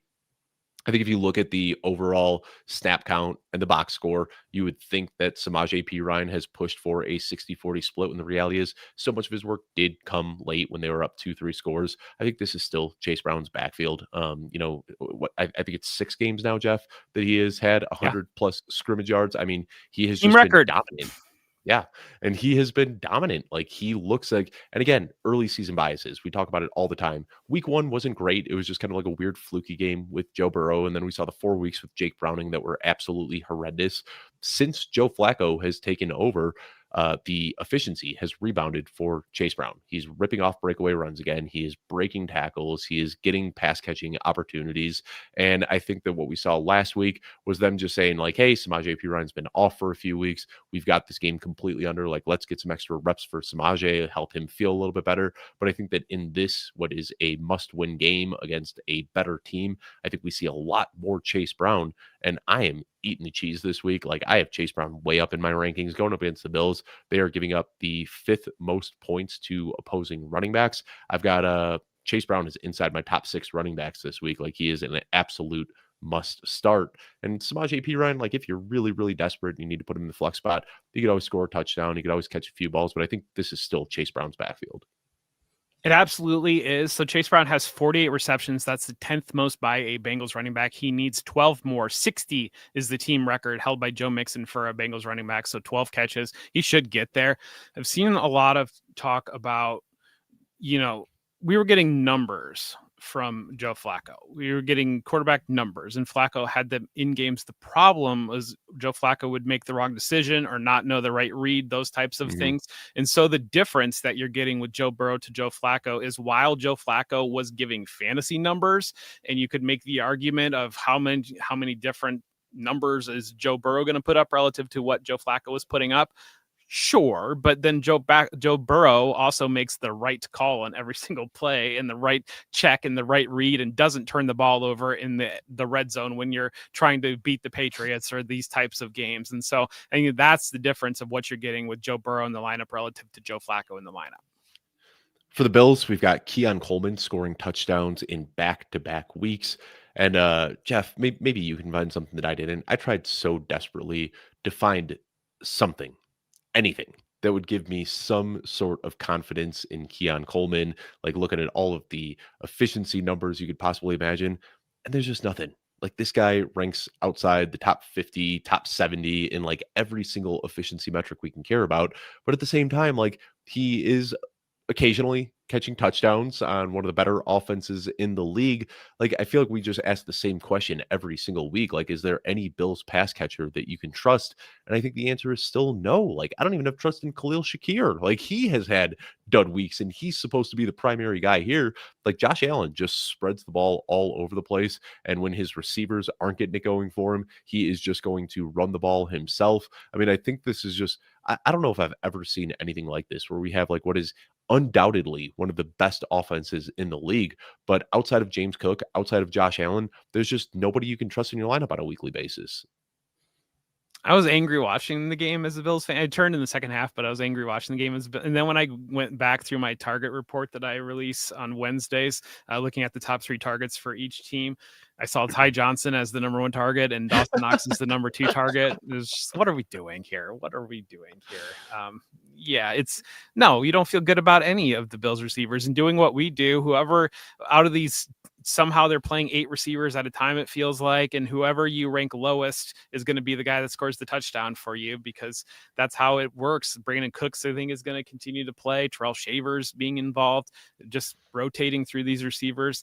It's a room that they know they don't have the answer, and they got close maybe on Jalen Waddle being the answer. I think when you go into the offseason, they need to be aggressive on finding the answer. They're just at that stage.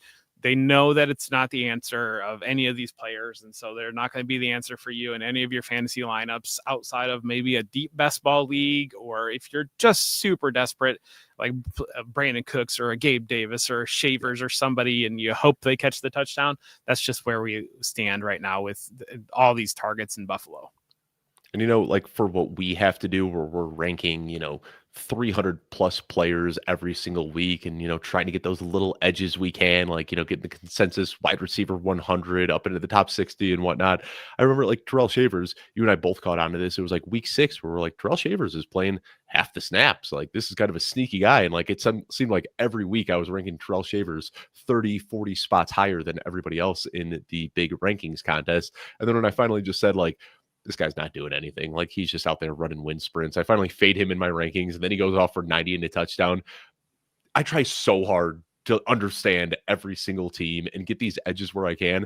And I've just kind of thrown my hand up with the Bills and saying, like, I don't care. This offense makes no sense. They are defying logic. Everything we think we know about football, you can just throw out the window. It is so frustrating from the seats that we sit in to try to project this offense on a weekly basis. So last night, so that theory, see all the steam on Isaac Tisla and see where he is in rankings.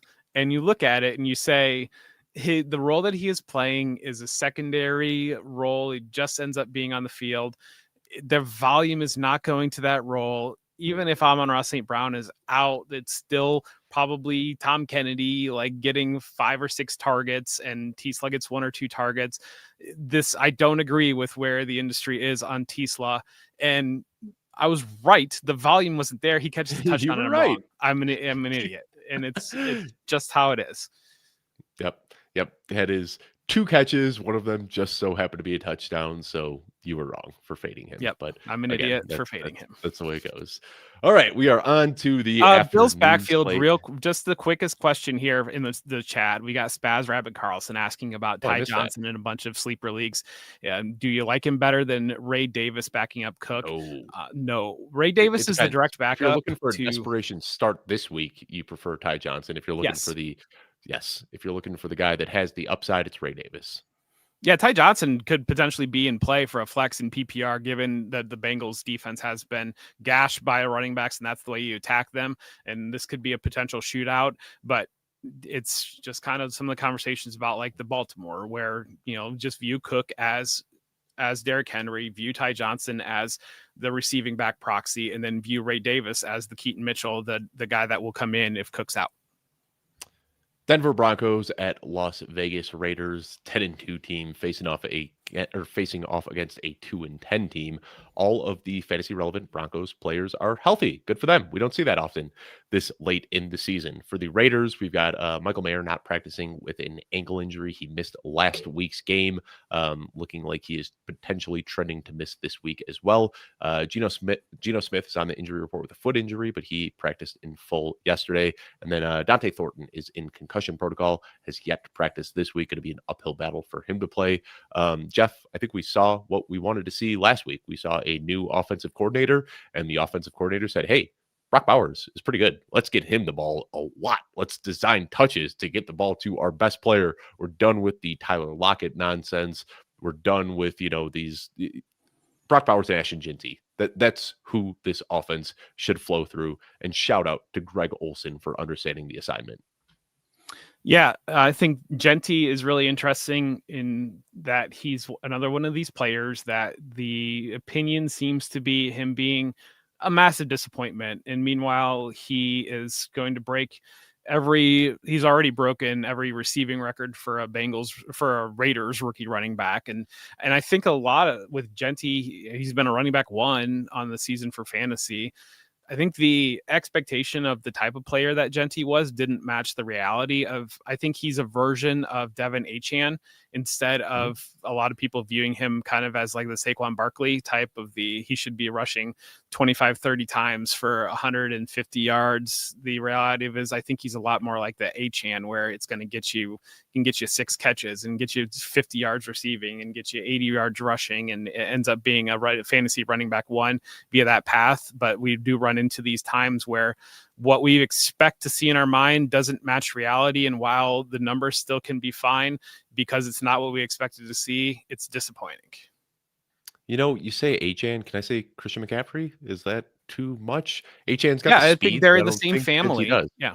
Yeah, and I think you look at him like, similar statures and sizes and, I think, looking at the way they catch the ball out of the backfield, McCaffrey gets a lot of his big plays with broken tackles and toughness more than just like straight line speed. So I think that that's maybe like the high end comp here, like high end comp would be like you put Ashton Jinty in a Christian McCaffrey type of role, and he could produce similarly. And we'll see if they get there. I will say this matchup against Denver is tough. They are giving up the third fewest fantasy points to opposing running backs. And we have seen Jinty, when you put him up against a good matchup, he plays the Bears, you can have 100 plus yards and 3 touchdowns. You put him against a bad matchup, and it is not good at all. I saw, and I wish I can cite the person, and I'm sorry to, do this to pull something up and not have it available, but I saw somebody looked at the EPA per rush through offensive line gaps. It was a Ray Carpenter. I'm seeing that now on Twitter. And EPA, he did this really cool visualization chart showing arrows going through every single gap in the offensive line. And as you can imagine, some teams do better running behind some offensive linemen than other, like the Bears, of course. I looked closely at that one. When they go to the left, they are running behind Ozzie Trapillo, and they are not getting a lot of EPA. And when they run behind Darnell Wright on the right side of the line, they are getting a lot of EPA. And it was just like a fun visualization to look through. The Las Vegas Raiders are the only team that, regardless of what gap they run through, are seeing negative EPA per rush. I mean, this offensive line is horrendous, and it's nothing that we don't know already, but Jinty continues to put good stuff on tape. Like, I think there is reason to have long-term excitement here, but given how bad this offensive line is, and now they have a tough matchup against a good defensive line, this could be one of those weeks for Jinty where the volume's there. He's getting 20 touches, but it could end up being, 40 scoreless yards, which we have seen time and time again this season. And I wonder with Jackson Powers Johnson factoring into that, I wonder how that plays, because I think Jackson Powers Johnson is I think the Raiders have some good pieces on their offensive line. I don't think this is a situation where this is just trash across the entire board. I think that had a lot more to do with coaching, with Chip Kelly being dismissed, and I think it had a lot more to do with coaching on that offensive line than the actual pieces on the Raiders. So I think Do that you know there who are. the offensive line coach is? Isn't it Pete Carroll's kid? It is, yeah. So, we talk often about how nepotism is sometimes good. Sometimes you get these kids who are just like absorbing football from the time that they can, roll over in their crib, and sometimes you get nepotism where it's not so great. Maybe a guy who isn't qualified to be doing a job is doing a job in the NFL, and I kind of feel like maybe that's where we are with the Raiders. Yep, I agree. Anything else on this game, Jeff? I think we've There's talked. some questions in We the haven't really chat. talked about the Broncos Our much. fantasy meatball, our friend Michael is asking some questions about. He's asking Bowers or Daniels in a PPR tight end premium 0.75 best ball dynasty league. I'm taking Bowers there. Probably if it's super flex, that becomes a conversation. If it's not super flex, it's easily Bowers for me. And then we got, does Bowers help or hurt Genty's targets? And I think that it is independent. I don't know. I mean, it hurts in the sense of there's only so many targets. And so if they're going to one way, they're not going the other way. These are the top 2 receiving targets in this offense right now. Yeah. And the top 2 receiving targets, I feel like, just operate independently of each other in almost every single scheme. Last thing I want to talk about, Jeff, we didn't talk about the Broncos too much. I think we know kind of what to make of this backfield. Like, RJ Harvey has kind of been plopped into J.K. Dobbins' role. Jaleel McLaughlin has stepped into RJ Harvey's role. We get this little mix of Tyler Bidet in there as well. So you're starting RJ Harvey as an RB2. The other guys are kind of desperation flex plays. But I think the most interesting thing that happened over the last couple of weeks in Denver is that Pat Bryant has kind of taken Troy Franklin's role. And we saw it a few weeks ago heading into the bye where Pat Bryant was a little bit more involved. And then we see this often where we see these big offensive shakeups coming out of the bye. And out of the bye, Pat Bryant ran more routes than Troy Franklin. He pulled more targets than Troy Franklin. So it seems like just a month ago, we were talking about Troy Franklin potentially being the wide receiver 1 ahead of Cortland Sutton. Now it's looking like Troy Franklin might be the wide receiver 3 behind Pat Bryant. Things change quickly, and this is why we dig into this usage data. I don't know how you're ranking it this week. I'm not putting Pat Bryant ahead of Troy Franklin, but Troy Franklin, where he was kind of like a plug and play wide receiver too, now I have a ton of concern after what we've seen in the last 2 weeks. I think Cortland Sutton is a guy you're kind of starting as a boom bust wide receiver 3, and I think I'm pushing Pat Bryant and Troy Franklin are both kind of into that like desperation flex territory until we can get some more information. Yeah. I think the matchup leans a little bit more towards Troy Franklin because he had a good game against the Raiders last time.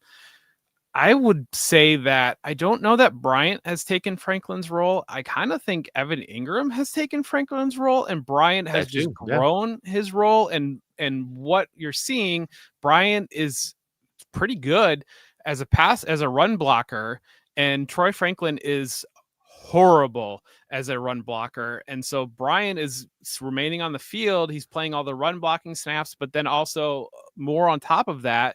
And then you're getting a little bit more, at least what we saw last week, a little bit more of it has been Troutman kind of as the primary tight end, utilizing Evan Ingram a little bit more. And you can call it the Joker. You can call it a little bit of a slot role. You can call it the Troy Franklin role, but some of those shorter to intermediate targets where Evan Ingram historically has been at his best in, we're going to Ingram last week instead of Franklin. And I think it was Andrew Cooper, but I saw somebody point out that Franklin basically had 2 run block reps and one he just got absolutely blown up on and it caused a loss. I think they're trying to find a solution to being able to run the ball. I think I have concerns on RJ Harvey moving forward in Dynasty because of the lack of efficiency, because it seems to be that they really like J.K. Dobbins a lot. And we know we can't rely on the health of J.K. Dobbins, but if J.K. Dobbins is healthy, he's still the top back and he's going to be the top back because RJ Harvey has gotten there on some fantasy totals with 2 touchdowns against the Commanders, 3 touchdowns against Dallas. But the volume, the efficiency has been horrendous for Harvey. And I think that even if J.K. Dobbins isn't a part of the plans next year, I don't think they're going to run it back with RJ Harvey, Jaleel McLaughlin, and Tyler Bidet. They're going to go back to the running back well in the draft. They might bring in a Najee Harris or a Tyler Algier. I think they're going to bring in somebody to be that early down grinder to complement RJ Harvey. So I love the talent, but he is going to be under the rule of Sean Payton for likely the entirety of his rookie contract, and that is not a good spot to be. Jeff, this show is backloaded with, I think, the best games of the week still yet to come. So if you have already made it an hour and a half into the show, don't go anywhere because the 4 games that we have to close out here are all very good matchups, starting with the Chicago Bears at Green Bay Packers. It is unbelievable, Jeff. I'm sure you saw it yesterday. They were talking about it a bunch during the broadcast. It's been all over Twitter. How impactful every remaining game is for all of these teams in the NFC North. Like, the Bears right now are first place in the NFC, and if they lose this game to the Packers, they fall to 3rd place in the NFC North. Like, it is just unbelievable how tight it is up top. I mean, you saw yesterday that going into the matchup, the Lions had a 40% chance of making the playoffs. With a win, they bumped that to about a 55% chance. And with a loss, they would have fallen to a 12% chance. If the Bears lose this matchup, again, the Bears currently first place in the NFL. If they lose this matchup, their chances of even making the playoffs come to a coin flip. I mean, just lots of fun things happening over these final weeks of the season. But let's talk about some of the injuries in this matchup. Roma Dudze has not practiced Wednesday or Thursday. He's dealing with a foot injury, so we will be watching that very closely. Kyle Monungai didn't practice on Wednesday, but he was able to return in a limited capacity on Thursday, so trending in the right direction. The Packers, they've got a lot of guys on the injury report, but everybody, for the most part, is practicing. Matthew Golden is limited. Jaden Reed back at practice. He's limited coming back from the foot and shoulder surgery. Dontavian Wicks also limited with an ankle injury. Josh Jacobs limited. Marshawn Lloyd back at practice. He is limited with the calf. And then Savion Williams not practicing. So a lot of injuries, but nothing that is too majorly impactful. Jeff, I think what I want to talk about here, Romadudze looks like he is trending to not play this week after not practicing on Wednesday or Thursday. I don't want to say I'm a Luther Burden doubter, but I have said that it is going to be very tough for Luther Burden to do anything of fantasy relevance as long as DJ Moore and Romadudze are in front of him on the field. With Romadudze out, Luther Burden, well, and he's not officially out, but assuming Romadudze is out, Luther Burden does become a pretty interesting flex play this week. He absolutely does. He is very much on the radar with Luther Bird, with Romadudze out. He should be, ideally, he'd be the guy that would get the most volume. It might be DJ Moore instead. We've seen DJ Moore be established as a good NFL receiver. I'd like to peel this back one more layer with you, our resident Bears fan, and look at, so the run game has been fantastic. And Sure Caleb Williams' volume has been down.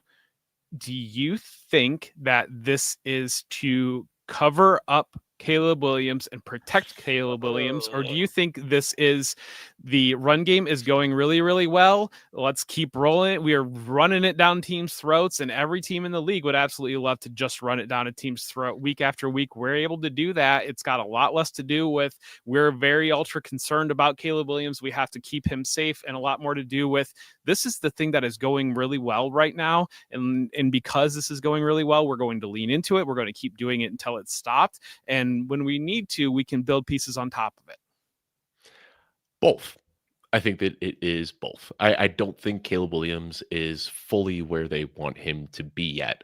And we talked about it a little bit. Caleb Williams and the fit in this Ben Johnson offense, I don't know if it is a perfect fit. Now, I don't think that means that Caleb Williams can't get there. I think that we're seeing him start to take what's given to him. I think there are a couple of plays like him hitting that backdoor route to Olamide Zaccheaus that was just ever so slightly off. Like that is a big boy throw to be able to find that and make that throw deep downfield, even on the game winning, not game winning, but kind of like the game deciding touchdown to Cole Kmet.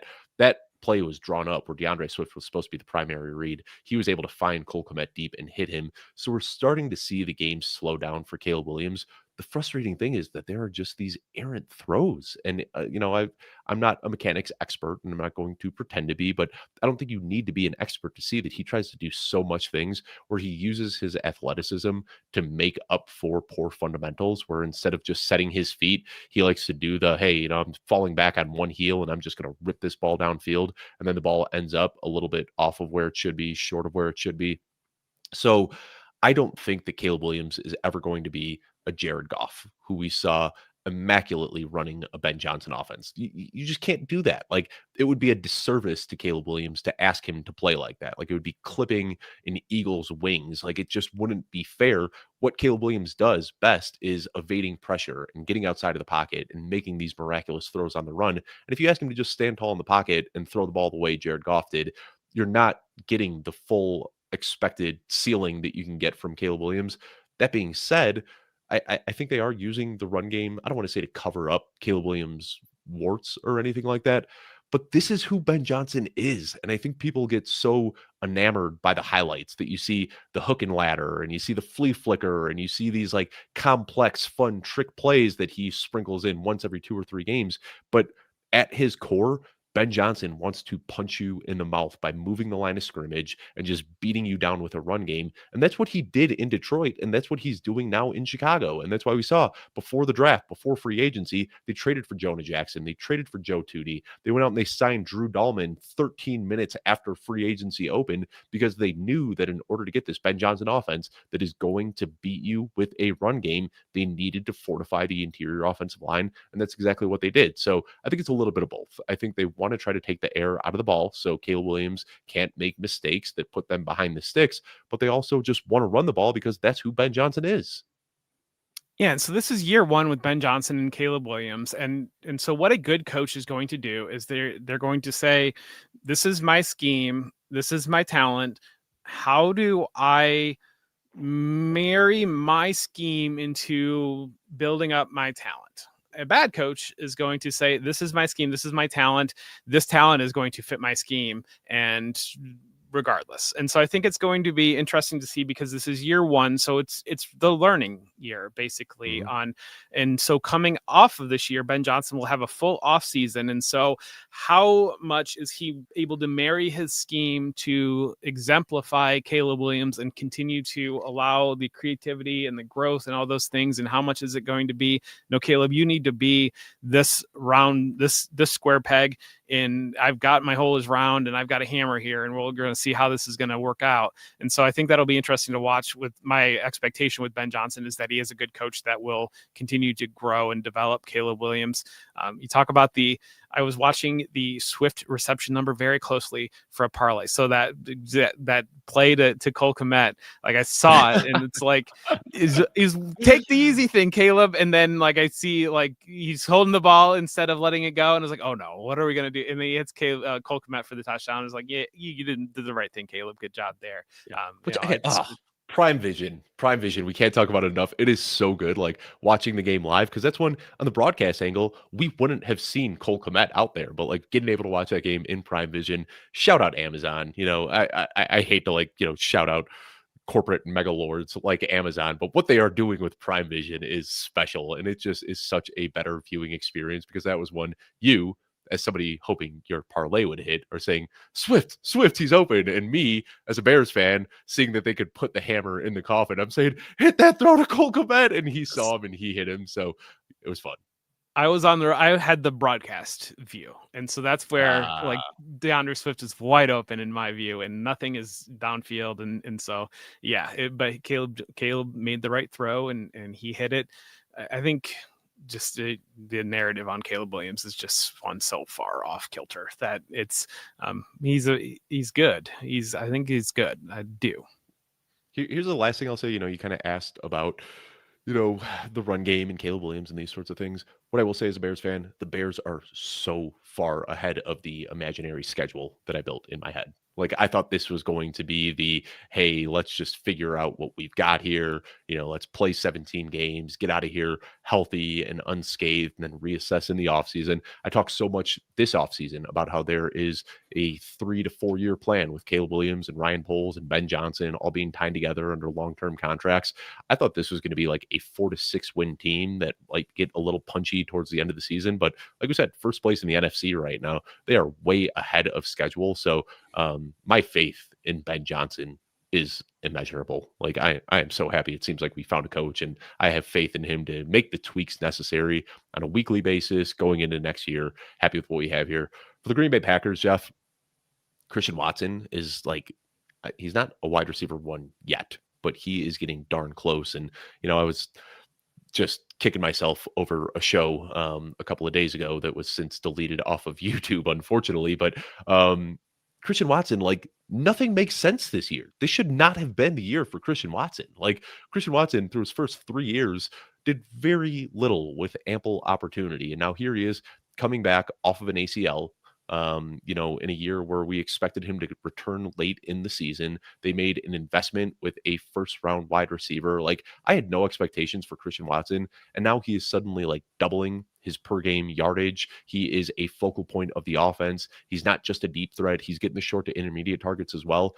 And Jeff, this is going to sound sacrilegious, and I'm sorry to say it, but I can't help but think about Davante Adams and what he did through his first 3 years in the league, where he had a lot of question marks about whether he was ever going to develop into a good receiver. And then year 4, he comes out, blows the doors off, has his first Pro Bowl season, has his first 1,000-yard season, and turns into Davante Adams. Now, I'm not saying Christian Watson is Davante Adams by any means, but this is what the Packers do. They are so good at drafting raw, malleable prospects and turning them into the players that they want to be. And I wonder if they did it again with Christian Watson.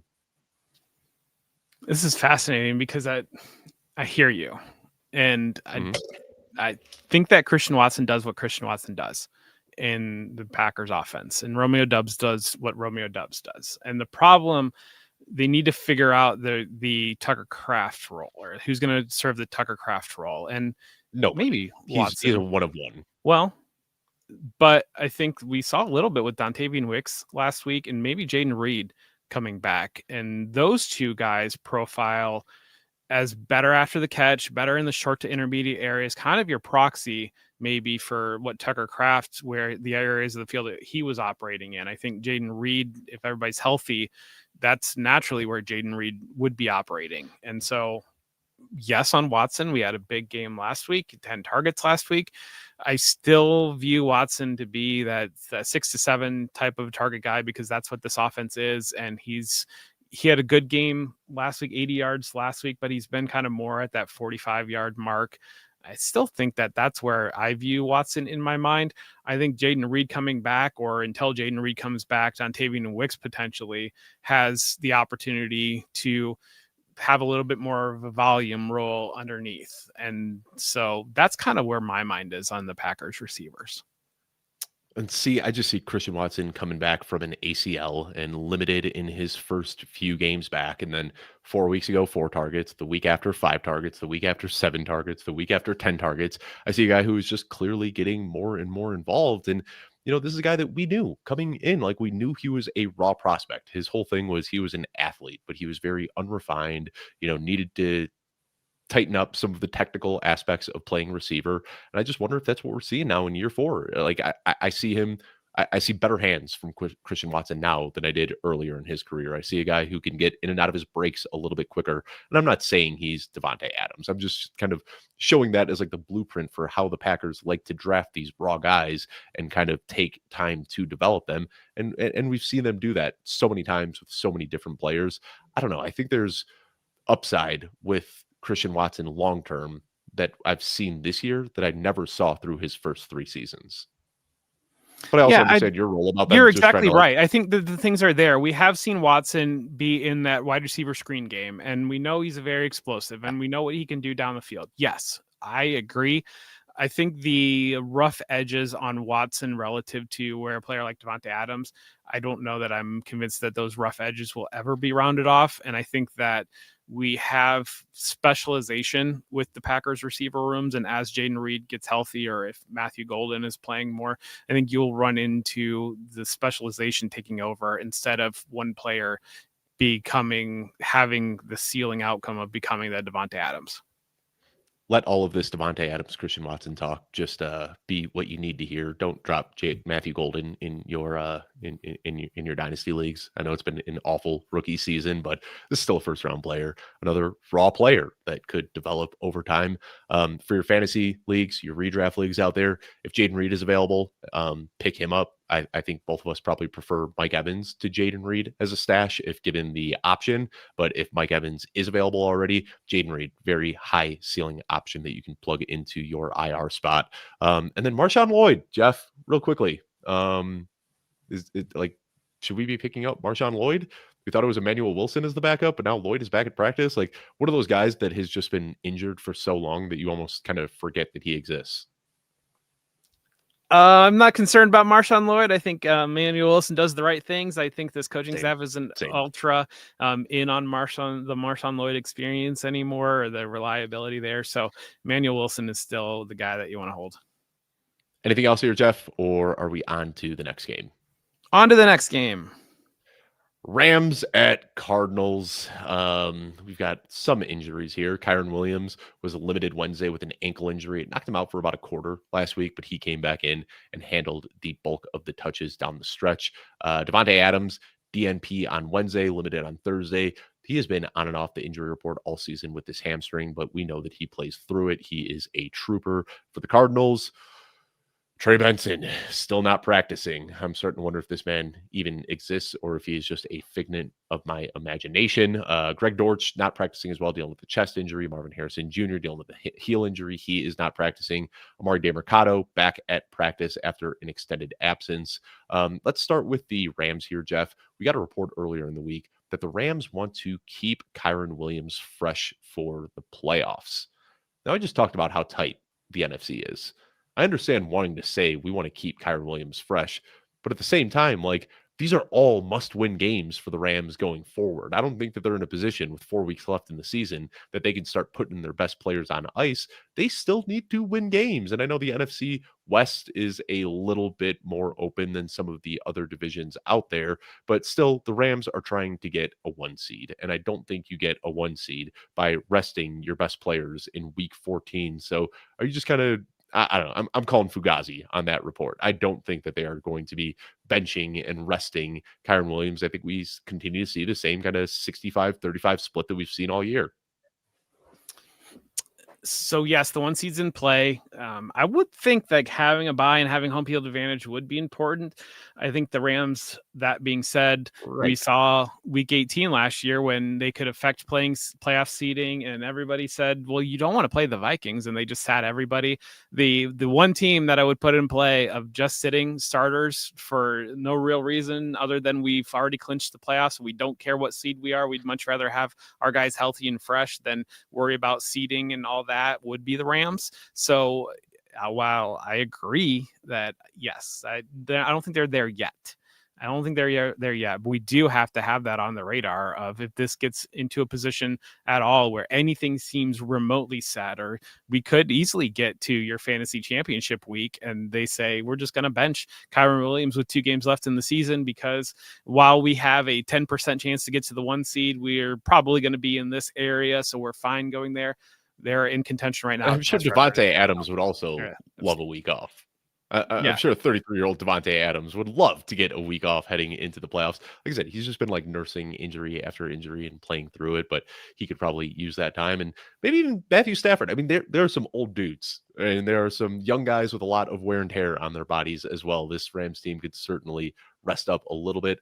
Jeff, for the Arizona Cardinals, this is just a disaster. I do my weekly rest of season rankings article, and my 2,000 word intro this week was basically me just like throwing stones at the Cardinals and talking about how difficult they have made this job so far this season. I kind of like recapped the entire backfield situation. Then we went from James Conner to Trey Benson to Amari DeMercado to Zonovan Knight to Michael Carter and back to Zonovan Knight and then maybe Trey Benson. And now Trey Benson's out of the picture.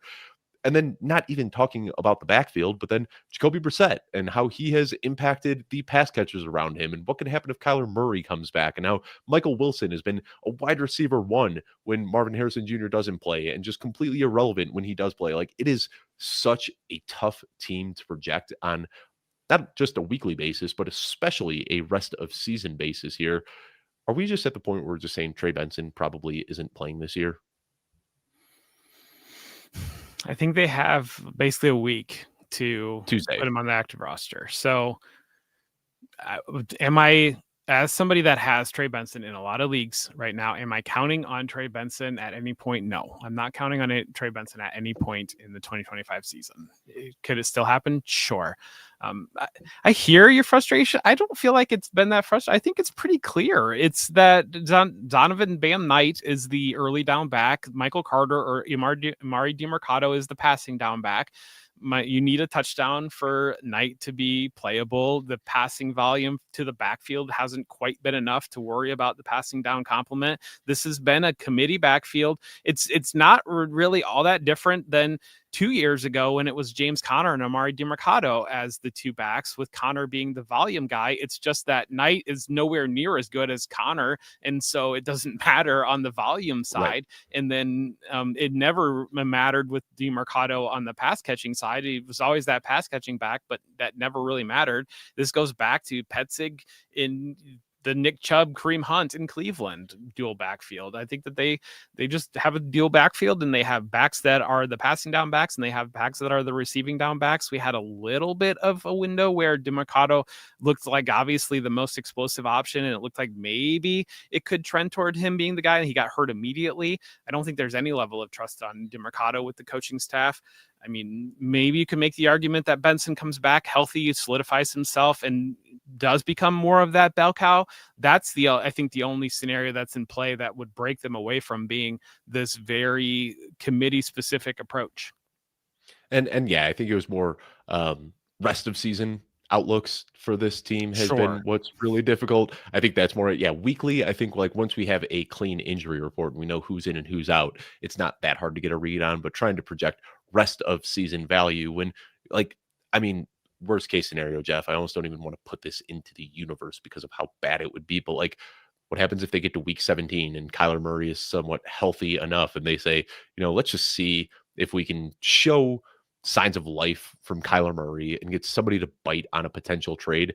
And then, like, what do we do? Like, we don't have faith in Marvin Harrison Jr. or Trey McBride. Trey McBride was averaging 9 points per game with Kyler Murray. He's averaging 19 points per game with Jacoby Brissett. I mean, like, we are talking about the difference between a guy who is giving you a 5 point advantage over the next closest tight end and a guy who was a back end tight end one. Marvin Harrison Jr., same thing. Michael Wilson, same thing. I mean, it is just like, I don't know what's going to happen. But that's also like, if you told me, hey, Kyler Murray shut down for the season, it would be easy to project Jacoby Brissett and just say, yes, this guy is a top 10 quarterback for the rest of the season. But knowing that he could potentially lose his role during the most impactful months of the fantasy season, and then the trickle down effect that would have on all the pass catchers as well, it just makes it really tough to feel confident about any of these Cardinals players that we've been relying on next week, the week after, or the week after that. I mean, it's just tough with a lot of the injury uncertainty around Trey Benson, Kyler Murray, and now Amari DeMarcado back in the mix, and now Marvin Harrison Jr. also injured. It's just been a lot of weird, frustrating, tough to read injuries this year for Arizona. All right, Dave, I'll tell you that Kyler Murray is shut down for the rest of the year unless Jacoby Brissett gets hurt. I don't think that they are going to mess. I think that Jacoby Brissett runs the offense the way they want the offensive run, and I think that they have pulled their hair out for 3 years with Kyler Murray trying to run the offense the way that they want it to run, and they are at the point it's just done. I'm convinced that Kyler Murray was nowhere near injured enough to go on IR, that they just didn't want to have those questions week after week of who's going to be the quarterback this week. They said, we're done with this. Jacoby Brissett is doing what we want the quarterback to do. We're putting Kyler Murray on IR because I don't want to have to answer. Jonathan Gannon doesn't want to have to walk into the press conference and have to answer the question week over week. I think that they're ready to move on from Kyler Murray, and it would almost be the opposite where, yes, I hear you plugging him in and looking good for trade, but at the same time, he could get hurt, and then you could be really stuck. Right. And just put him on injury ice guarantee. They're on the hook for like $40 million if he gets hurt. Yeah. And the book is pretty much out on Kyler Murray at this point. I don't know what 1 game or 2 games would really change all that much other than showing that he is healthy. But the reality of it, he could not be healthy after the game, and you're risking more of him not being healthy. And we've seen sometimes where, because of the injuries, it's you're not able to move off of the guy. No, I'm blanking on what quarterback, but I know maybe it was Brian, maybe it was Daniel Jones, but I think it was one of the guys that basically he could not get hurt, or otherwise the team was going to be stuck at the end of the year on releasing him. Daniel Jones, so we've run into that situation before of it was Daniel Jones, and they basically just pulled the trigger weeks early because they said, if this guy's hurt, we're screwed out of this money. I don't know where the Murray contract stands. You're not going to be able to trade him though if he gets hurt. And so I think that they're just going to try to trade him after the year. They'll probably potentially look in the draft. Fernando Mendoza with Indiana feels like a very good scheme fit for what they're doing with Jacoby Brissett and a bigger quarterback that's able to push the ball downfield. That's where I am. And I mean, we have seen with Aaron Rodgers and Matt Ryan and Russell Wilson, like, teams are willing to just say, like, this guy is not the answer. We're just going to eat this dead cap. We're going to take it on the chin and we're going to move forward. And if that's the route that they choose to go this year, oh boy, they're going to have to eat $58 million in Kyler Murray dead cap. So we'll see what decision they make, but not going to be a fun offseason for the Cardinals. 2 games left, Jeff. Houston Texans, Kansas City Chiefs. Did not think we would be looking at the Kansas City Chiefs as a team from the outside looking in right now, currently with about a 35% chance of making the playoffs going into this matchup. Let's talk about some of the injuries, though. Woody Marks left last week's game briefly with an ankle injury. Returned, started off the week as a DNP, limited on Thursday, trending in the right direction. We expect to see him play for the Chiefs. It's so annoying having to talk about Chiefs injuries because, like, nobody's ever really injured, but Andy Reid just puts everybody on the injury report. So I'm not even going to recap all of them. All of these guys are on the injury report practicing in full. Noah Gray, Patrick Mahomes, Isaiah Pacheco, Rashee Rice. We expect to see all of them out there this week. Jeff, where do we want to start with this one? The backfield, perhaps? I mean, I I have a lot of Isaiah Pacheco. I was convinced that Isaiah Pacheco would be a decent volume-based play this season, and he has not survived the dead zone. He actually might be the deadest running back in the dead zone history. Like, just has been awful this year. When he's out there, he's not doing much of anything. He got hurt, came back from the injury, still hasn't done much of anything. I'm at the point this week where, like, I am benching Isaiah Pacheco for some disgusting names. Like, I am starting Michael Carter ahead of Isaiah Pacheco in some leagues. Like, I am just really reaching deep into the bag. And I think that's where we're at. Like, if he scores a touchdown, great. But, like, I can't look at another 3.7 point Isaiah Pacheco performance in my lineup. Pacheco is my biggest miss of this season. I just thought that he would be what we thought he was going to be coming into last year, where it was trending a couple years ago. I expected that he would take control of this backfield. Biggest miss for me all year long. I think Hunt is the bell cow back here in Kansas City. And so, yeah, you can't put Pacheco in a lineup. I think Hunt, you talk about can score a touchdown. Well, Hunt is the goal line back, very much the designated goal line back. And we've seen it's not going to be Brashad Smith. We saw the opportunity for Brashad Smith, and they were playing Clyde Edwards-Helaire and Elijah Mitchell as much or instead of them. Pacheco, I think, and there was a little bit of a window this year around week 6 or so where Pacheco looked like clearly the best back, and it looked like he was back and feeling comfortable and feeling settled. And then he immediately got injured. And I don't see how you can have any level of reliability on Pacheco not being injured. So that is he's a depth piece that basically is a backup to Kareem Hunt at this point. And Hunt is the only option you consider starting. And I'm going to break my rule now by doing it. But Jeff, I'm going to follow your advice. We're finally done talking about Brashard Smith. We don't have to do that. Maybe this offseason we'll revisit some of those conversations, but he has just been pushed completely out of the picture. Rashee Rice, I mean, there's nothing to talk about here. This guy is just a plug and play top 3 wide receiver on a weekly basis. Patrick Mahomes, my rest of season QB2 at this point. Like, we are just seeing him passing the ball more efficiently than we've seen over the last few years, while also rushing more than he ever has in his career. So, those are your no-brainer starts. Xavier Worthy, Jeff, what are we doing here? We saw the big catch last week that many people pointed out should have been a touchdown, but for some reason he just decided to run right at the only defender that was between him and the end zone instead of into the end zone. I mean, we're just looking at him. A boom bust wide receiver 3 is such a broad net that we could cast that catches about 50 different guys, but I think that's just kind of where Xavier Worthy is at this point. Yeah, Xavier Worthy, I mean, this is a horrible matchup going against the best pass defense in the NFL. I think Rashee Rice is a really interesting conversation because I know you got a lot of blowback in the preseason of people telling you, like, you can't draft Rashee Rice. What are you talking about? Him being, I think you had him as a 4th round pick, and people saying that was absolutely ridiculous. So on the season, he's wide receiver 32 in total scoring on the season, averaging 18.3 points per game since he returned. Jackson Smith-Njigba is averaging 18.4 points per game since week 7. So he's right there. If he had played one more game at that average right now, he would be wide receiver 17.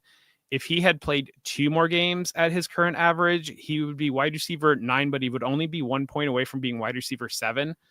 I think he was once you got that 6th round discount on Rashee Rice, I think he was the single best draft pick that you could have made this year, because a 6th round and you're basically adding the fantasy wide receiver 1 overall, more or less. I mean, Jackson Smith-Njigba was right there, but it's really close.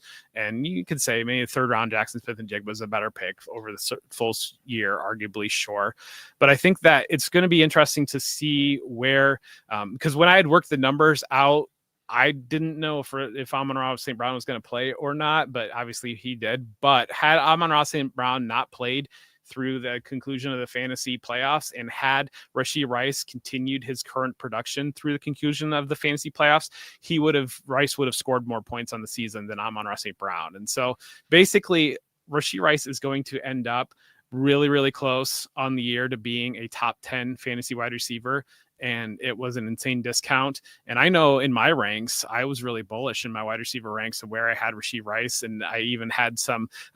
We have some great mentors, and we have some great people that are helping us learn in the industry and everything. And I had some people pull me aside and say, I don't see how the math of where you're getting there with Rashee Rice. And I was like, actually, it's all projections based and it's all based on math. And here's my math, and I'll show you my work. But that's where we're heading. Let me take it a step further, Jeff. You talk about what Rashee Rice has done. You're not getting zeros for those weeks that Rashee Rice was Right. injured. So let's just take together this aggregate. Let's just say that, like, the worst case scenario, let's say that the wide receiver you were playing through those first 3 weeks was giving you wide receiver 36 per game production, which would be 9.6 points per game, right? So you're just getting worst case scenario. Like, you could have hit on a better option, but let's say worst case scenario, you were getting the per game wide receiver 36 while Rashee Rice was out. If we add that to what Rashee Rice has done so far this year, that comes out to 166 half PPR points. That would be the wide receiver 6 in fantasy right now. So this Frankenstein wide receiver that you've been able to play, which is whoever you were able to get off the waiver wire for the first 6 weeks, plus Rashee Rice since he has come back, that would be outscoring Jamar Chase so far this season. So yeah, I mean, And we've talked about it in the preseason. What if that Frankenstein was Quentin Johnston? Because you listen to this show, and you what if it was Wan'Dale Robinson in there for the first 6 weeks, and then now you plug Rashee Rice in there? So that's where, like, we can keep kind of playing this game. But if you were able to get like wide receiver 24 production instead of wide receiver 36 production, then all of a sudden we're looking at a guy who is second in scoring only to Jackson Smith-Njigba. And my goodness, if you were able to find a Quentin Johnson type player to pair up with Rashee Rice, that receiver that you have been playing would be outscoring Jackson Smith-Njigba by over 20 points on the year. So I talked about it. There is fear. And this is what I wrote about in my article. I got very philosophical in my "This is why you should draft Rashee Rice" article. And I said, there is fear of the unknown and fear of not hitting on that player. And I said, I challenge you to change your mindset and say, what if I do hit on that late round receiver that I get for the first few weeks? What if Rashee Rice does exceed his projections over the second half of the season? And I'm glad we got to talk about that, because Rashee Rice, I have him on a lot of lineups, and I feel pretty good about it this year. Jeff, anything else we need to talk? Well, we haven't really talked about the Houston Texans at all. I want to talk one more about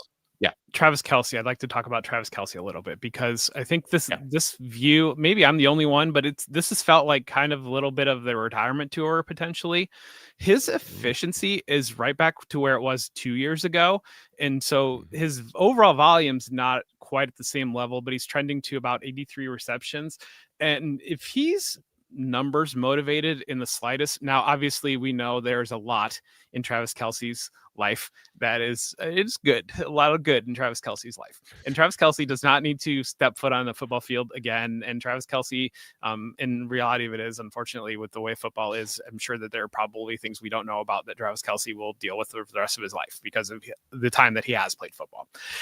But if he is numbers inclined at all, he would need just under 3 seasons at his current level to pass every single career mark for receptions for tight ends and be the most best statistical tight end in NFL history. So I think it's going to be really interesting to watch, because it's felt like this is the victory lap tour, more or less, or it came back for the three-peat or whatever it might be.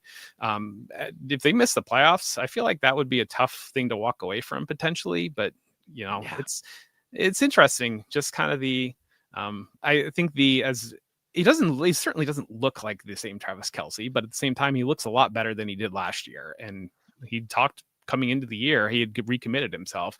He has to be feeling better coming off this year than he did last year. I think it's just something to watch. I mean, I try so hard not to be a sucker for preseason videos, because we see all of that stuff like circulating in camp.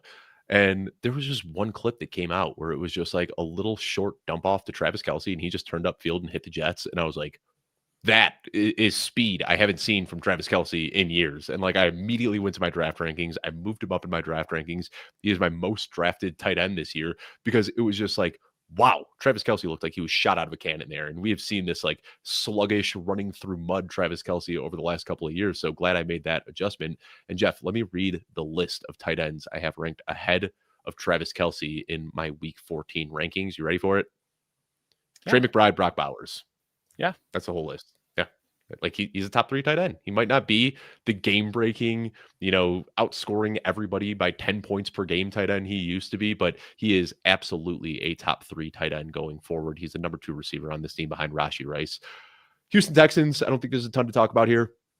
Woody Marks is the guy when he is healthy, and I don't know if he's the long-term option, but he is at least the guy for this year, and he has looked okay with his opportunities. He gets some pass catches as well. Nico Collins, we know that he is going to get his. We talked about CJ Stroud as a buy low candidate on the Dynasty show just a couple of days ago, who has quietly been giving us QB1 production that everybody just seems to not be noticing. I think the discussion is like behind Nico Collins. We're seeing Jaden Higgins start to kind of emerge as that wide receiver too, but still in a rotation with Christian Kirk. Jalen Noel still comes in for his. Dalton Schultz has been a target magnet, 3rd in the league in tight end targets this year.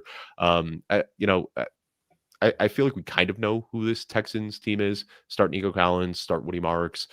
CJ Stroud is a viable streamer if you need to go there. Dalton Schultz is a top 12 tight end, and Jaden Higgins is a desperation flex. Anything else besides that, Jeff?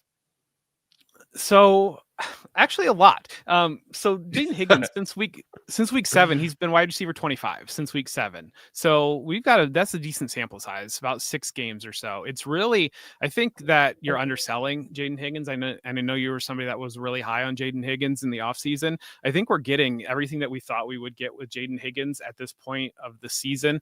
Yes, there is Christian Kirk, Jalen Noel, and Xavier Hutchinson will play a little bit, but we've really started to see a heavy shift towards Nico Collins has been a wide receiver 4 since week 9. So we're kind of getting the Nico Collins that we thought we would be getting.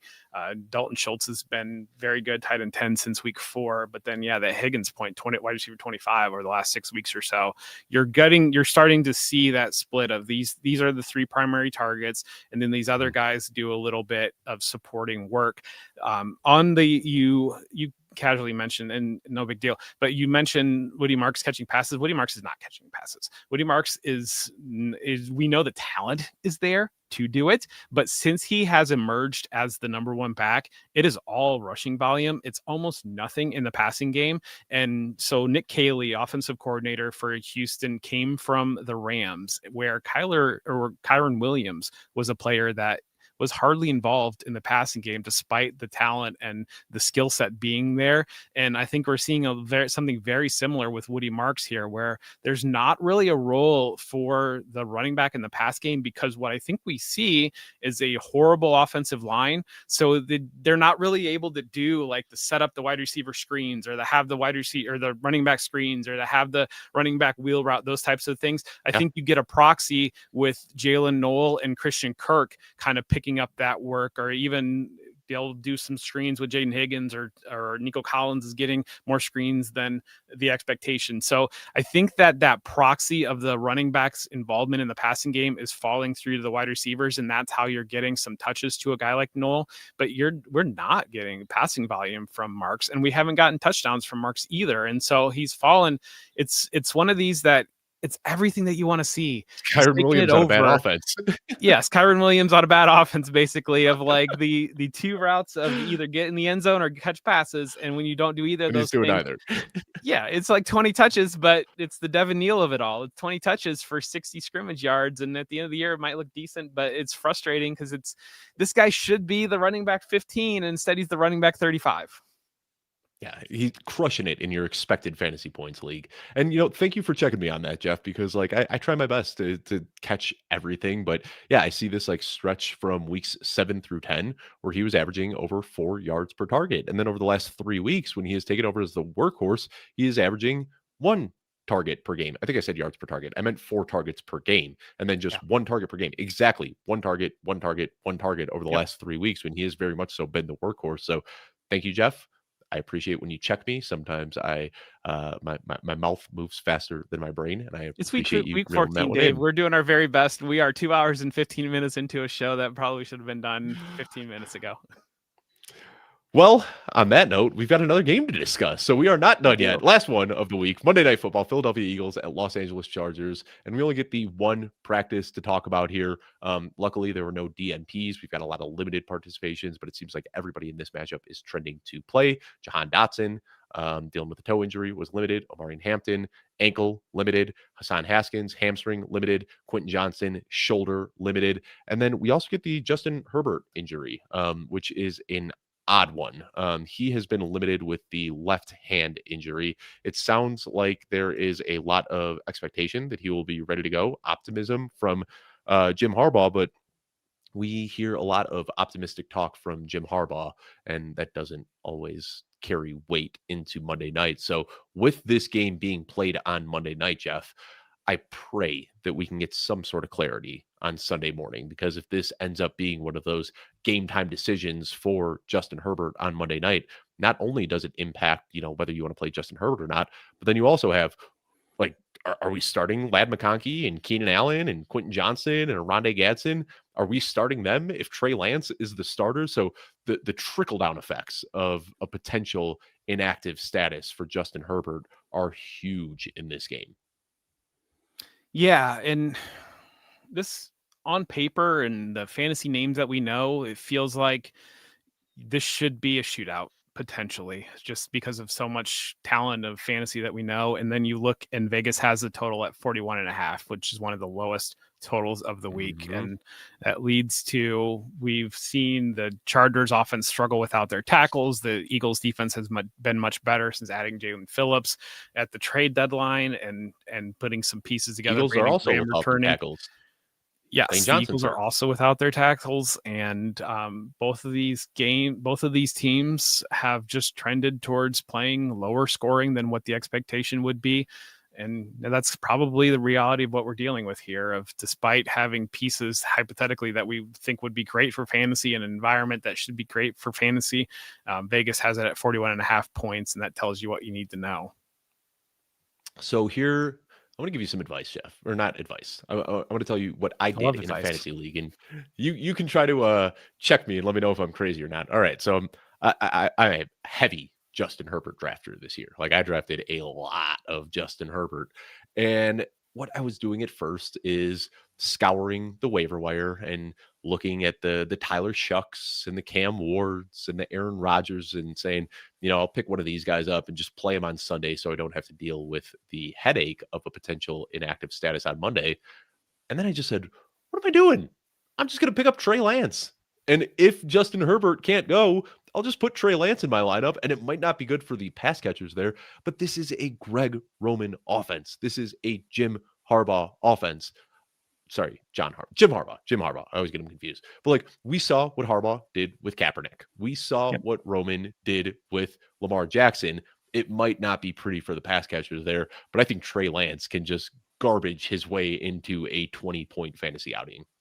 Yep, exactly. I mean, he can get to 60, 70 rushing yards. He can get to, that over under might be 200 passing yards or even 185 passing yards, but he can definitely get enough on the ground to be fantasy relevant. And then anything that he adds through the air is bonus. And so, I definitely, if I know that Justin Herbert is out of this, the reality of is where I'm ranking Justin Herbert relative to where I would rank Trey Lance probably is not all that different, with all the concerns around Herbert and with the quality of play that we've seen of recent, of the way this offense has looked versus Lance bringing that rushing floor relative to other back end quarterbacks.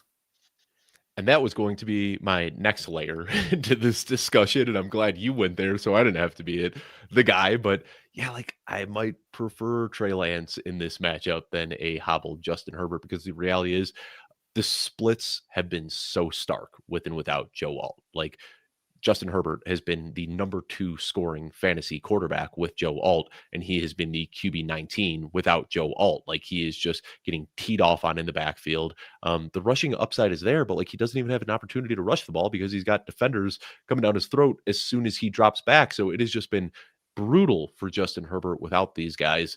So let's just say Trey Lance does start.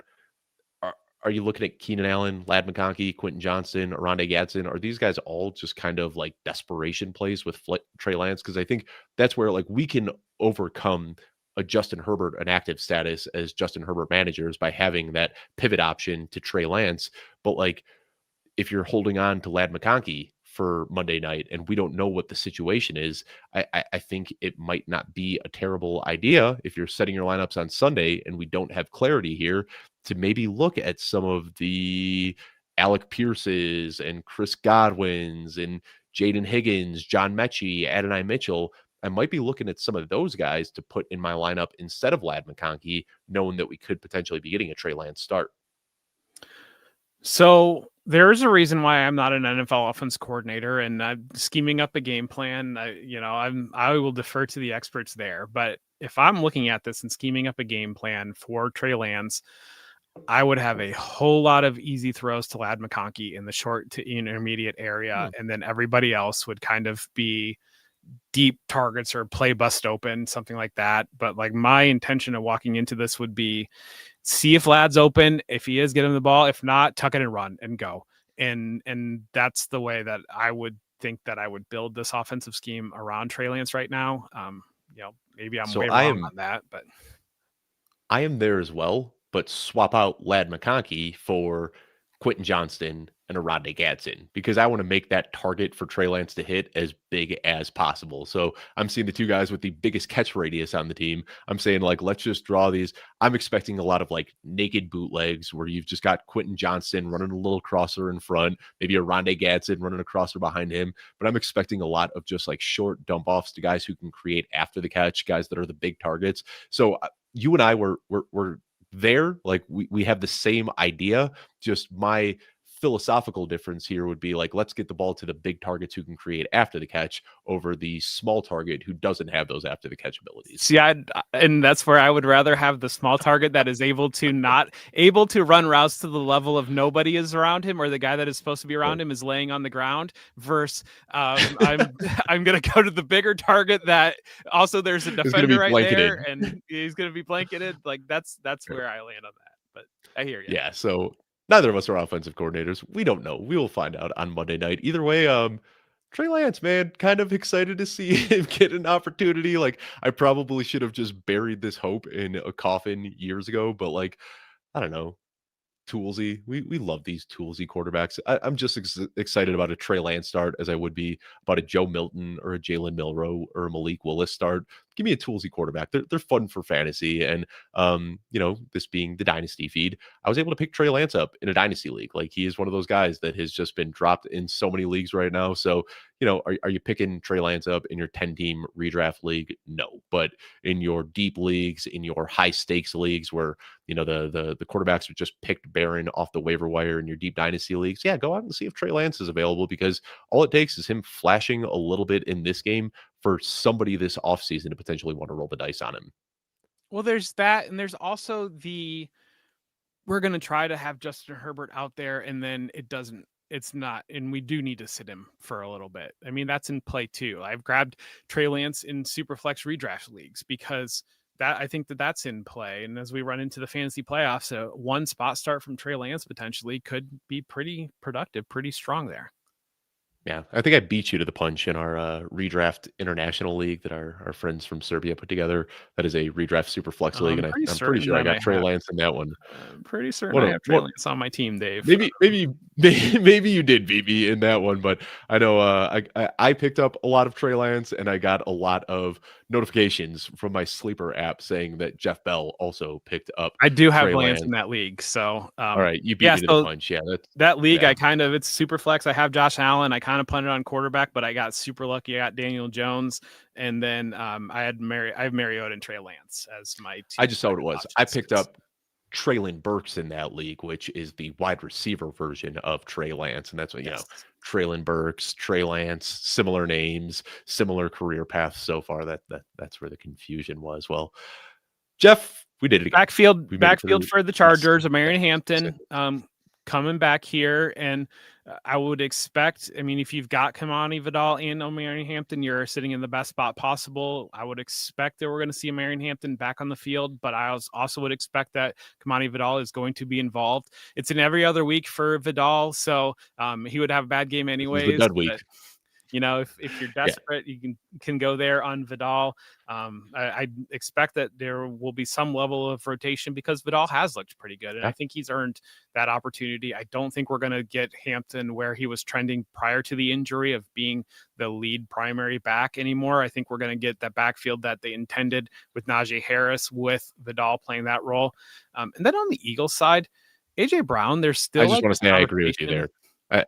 I think you're bang on accurate there. I'm with you. I think that little taste we saw of Brian Hampton early, I think Cat's kind of out of the bag with Kamani Badal. I don't think it's going to be a 50-50 split, but I think we're probably going to see some sort of frustrating 65-35, 60-40 type of split going forward. So just wanted to corroborate your stance there, but back to what you were saying, Jeff. Yeah, I just wanted to say I know, and I don't mean to call him out because Jeff Blaylock was on the show last night with us, and Jeff did an awesome job, and we're very appreciative that he was on. And we very much have free flowing, casual conversation. And at one point, Jeff had mentioned Justin Jefferson and AJ Brown about being uncertain about putting them into your fantasy lineups. AJ Brown has been the fantasy overall wide receiver one over the last 2 weeks, and I made the joke in my target report this week that this is AJ Brown's gladiator "Are you not entertained" moment, where he's like in the middle of the arena, like, see what I can do, and like meanwhile everything has like burning around him, and it's just like AJ Brown's might be feeling pretty good about himself, but like everything else got broken in the process of making AJ Brown happy, as I feel like where we're at right now. Yeah, and I mean, Sam Wagman and I, Sam, unabashed Eagles fan. So of course we talked at length about the Eagles on the launch pad yesterday. We both said the same thing. Like, we talk about it so much, Jeff. Early season biases. Like, I feel like that's what we should just rename the show to, because it seems like we talk about it 20 times a week. But not only early season biases, but week one Thursday night football game biases. Like, we saw this last year, where for the entire season, Isaiah Likely was great because he was great on Thursday night in week one. He did nothing for the rest of the season, but people didn't realize that. AJ Brown gets completely shut down in week one, mind you, after missing 6 weeks of practice with a hamstring injury. And then he gets shut down in week one, and we have nothing better to do but dissect that Thursday night game for the next 3 days until we get more football. So everybody has overanalyzed what happened with AJ Brown in week one, when the reality is he's pulling nearly 9 targets per game since then. He has 4 games this season with 100 yards and a touchdown. He has 2 games this season with 100 plus yards and 2 touchdowns. As you said, he is the wide receiver one in fantasy scoring over the last couple of weeks. But he sucks because we saw 1 catch in week one on Thursday Night Football when the entire world was watching. So go out and try to trade for AJ Brown and see if you can still get the discounted price on AJ Brown. And you might even get a situation where somebody is saying, I am stuck with AJ Brown. What can I do with him? And he has good weeks. And they're saying, oh, now I can sell him for nearly close to what AJ Brown's value was. I think AJ Brown is a great player to acquire right now. Last question before we sign off here, Jeff. Did you see the alert of the dynasty trade that I made last night? I did not. It is in our Twitter Dynasties League. Jake Estes, a friend of the show, a guy who has been on this for a while. I have been trying to sell Saquon Barkley for a while, and I sold Saquon Barkley for Tucker Kraft straight up. What are your thoughts there in Dynasty? For Tucker Kraft straight up, I mean, if you're I guess that's the rebuilder versus contender conversation, but. So Jake, he is first place, most points scored. He's got the best team. He wanted extra running back reinforcements for a playoff push. I am not really a contender or a rebuilder. I've won the league 2 of the last 3 years, but now that window is kind of closing. Saquon Barkley getting up there in age. I'm just to me, this kind of feels like the Zeke of it. We saw Ezekiel Elliott just RB1, RB1, RB1. And when these running backs fall off, they fall off hard. And I worry that we're there with Saquon Barkley. And I don't really have that like game-changing tight end. So I went out and I got Tucker Kraft. I don't know. It's one of those, like, at the time I was like, okay, this is a good trade. And then I woke up this morning and I'm like, man, I really just sold Saquon Barkley in Dynasty. And you never really feel good about selling a player with that sort of name value. But I feel like removing the name value and looking at the age, looking at the wear and tear, looking at the waning efficiency, it's one of those trades. The sign of a good trade, I think, is when neither side feels great about it. And I think that's where Jake and I both are with this one. I will say that I still think the potential is there for Saquon Barkley to make you feel like an idiot, but in 2 to 3 years, it's going to be like, it's like, could I have gotten more for Saquon Barkley? Maybe, sure, but also Tucker Kraft is like 26 years old and is the tight end 5, and I don't really care. So I think that that's probably where you're going to end up. I would say I was on Matt Waldman's roundtable this week, so make sure to check that out on the site. But Matt asked for a bold prediction for the stretch run here for the fantasy playoffs, and my bold prediction was that Saquon Barkley is going to be the overall running back 1 through the fantasy playoffs because he plays the Raiders, the Commanders, and the Bills, and that's about as easy a schedule as you can get for a running back. And at some point, the Eagles are going to say, well, we're making the playoffs regardless. We need to figure out how we're going to win some of these games. And I think the Saquon Barkley in the playoffs is probably their best path to winning. And then the very next question on Matt's thing was like, what's your biggest regret? And my first answer was that I'm still believing that Saquon Barkley could be the overall running back 1 in the fantasy playoffs. Is my biggest regret. But yeah, Saquon Barkley smashing in the fantasy playoffs would be great for everybody trying to dominate their consolation bracket. All of my non-advancing best ball teams will be relishing in the 40-point Saquon Barkley games. And of course, from a long-term aspect, we see this. Like Christian McCaffrey, I think everybody wrote his career off as done after last year, and now he is the per-game RB2. So it's not impossible that an aging running back can bounce back, but just one of those deals. Sometimes I get bored and I make trades for the sake of being bored, which you shouldn't do, but I'm better at preaching rather than practicing, and I get bored and I tinker and I make trades that I probably shouldn't make. But anyway, I want to thank everybody so much for taking the time to tune in today. Jeff, the show is a blast to do with you every single week. Helps me feel extra locked in for the upcoming slate. Any final thoughts, any closing thoughts before we wrap this one up today? Yeah, just my theme this week has been just divorce the notions that we're deciding things already or that we think, because situations do change. I mean, the Jets show us situations change, and it's really interesting right now. It's very easy after the year is over to look back and say, this player was a second half player, this player was a first half player, those types of things. When we're in it right now and you're trying to do all the get ready for the week and all that, it can be a little bit harder to do that. I forced myself this week to do a lot of that in my content. And so if you look back through my content this week, I tried to identify situations where the perception is set in on one player, but things have shifted and the production is showing that something is different here.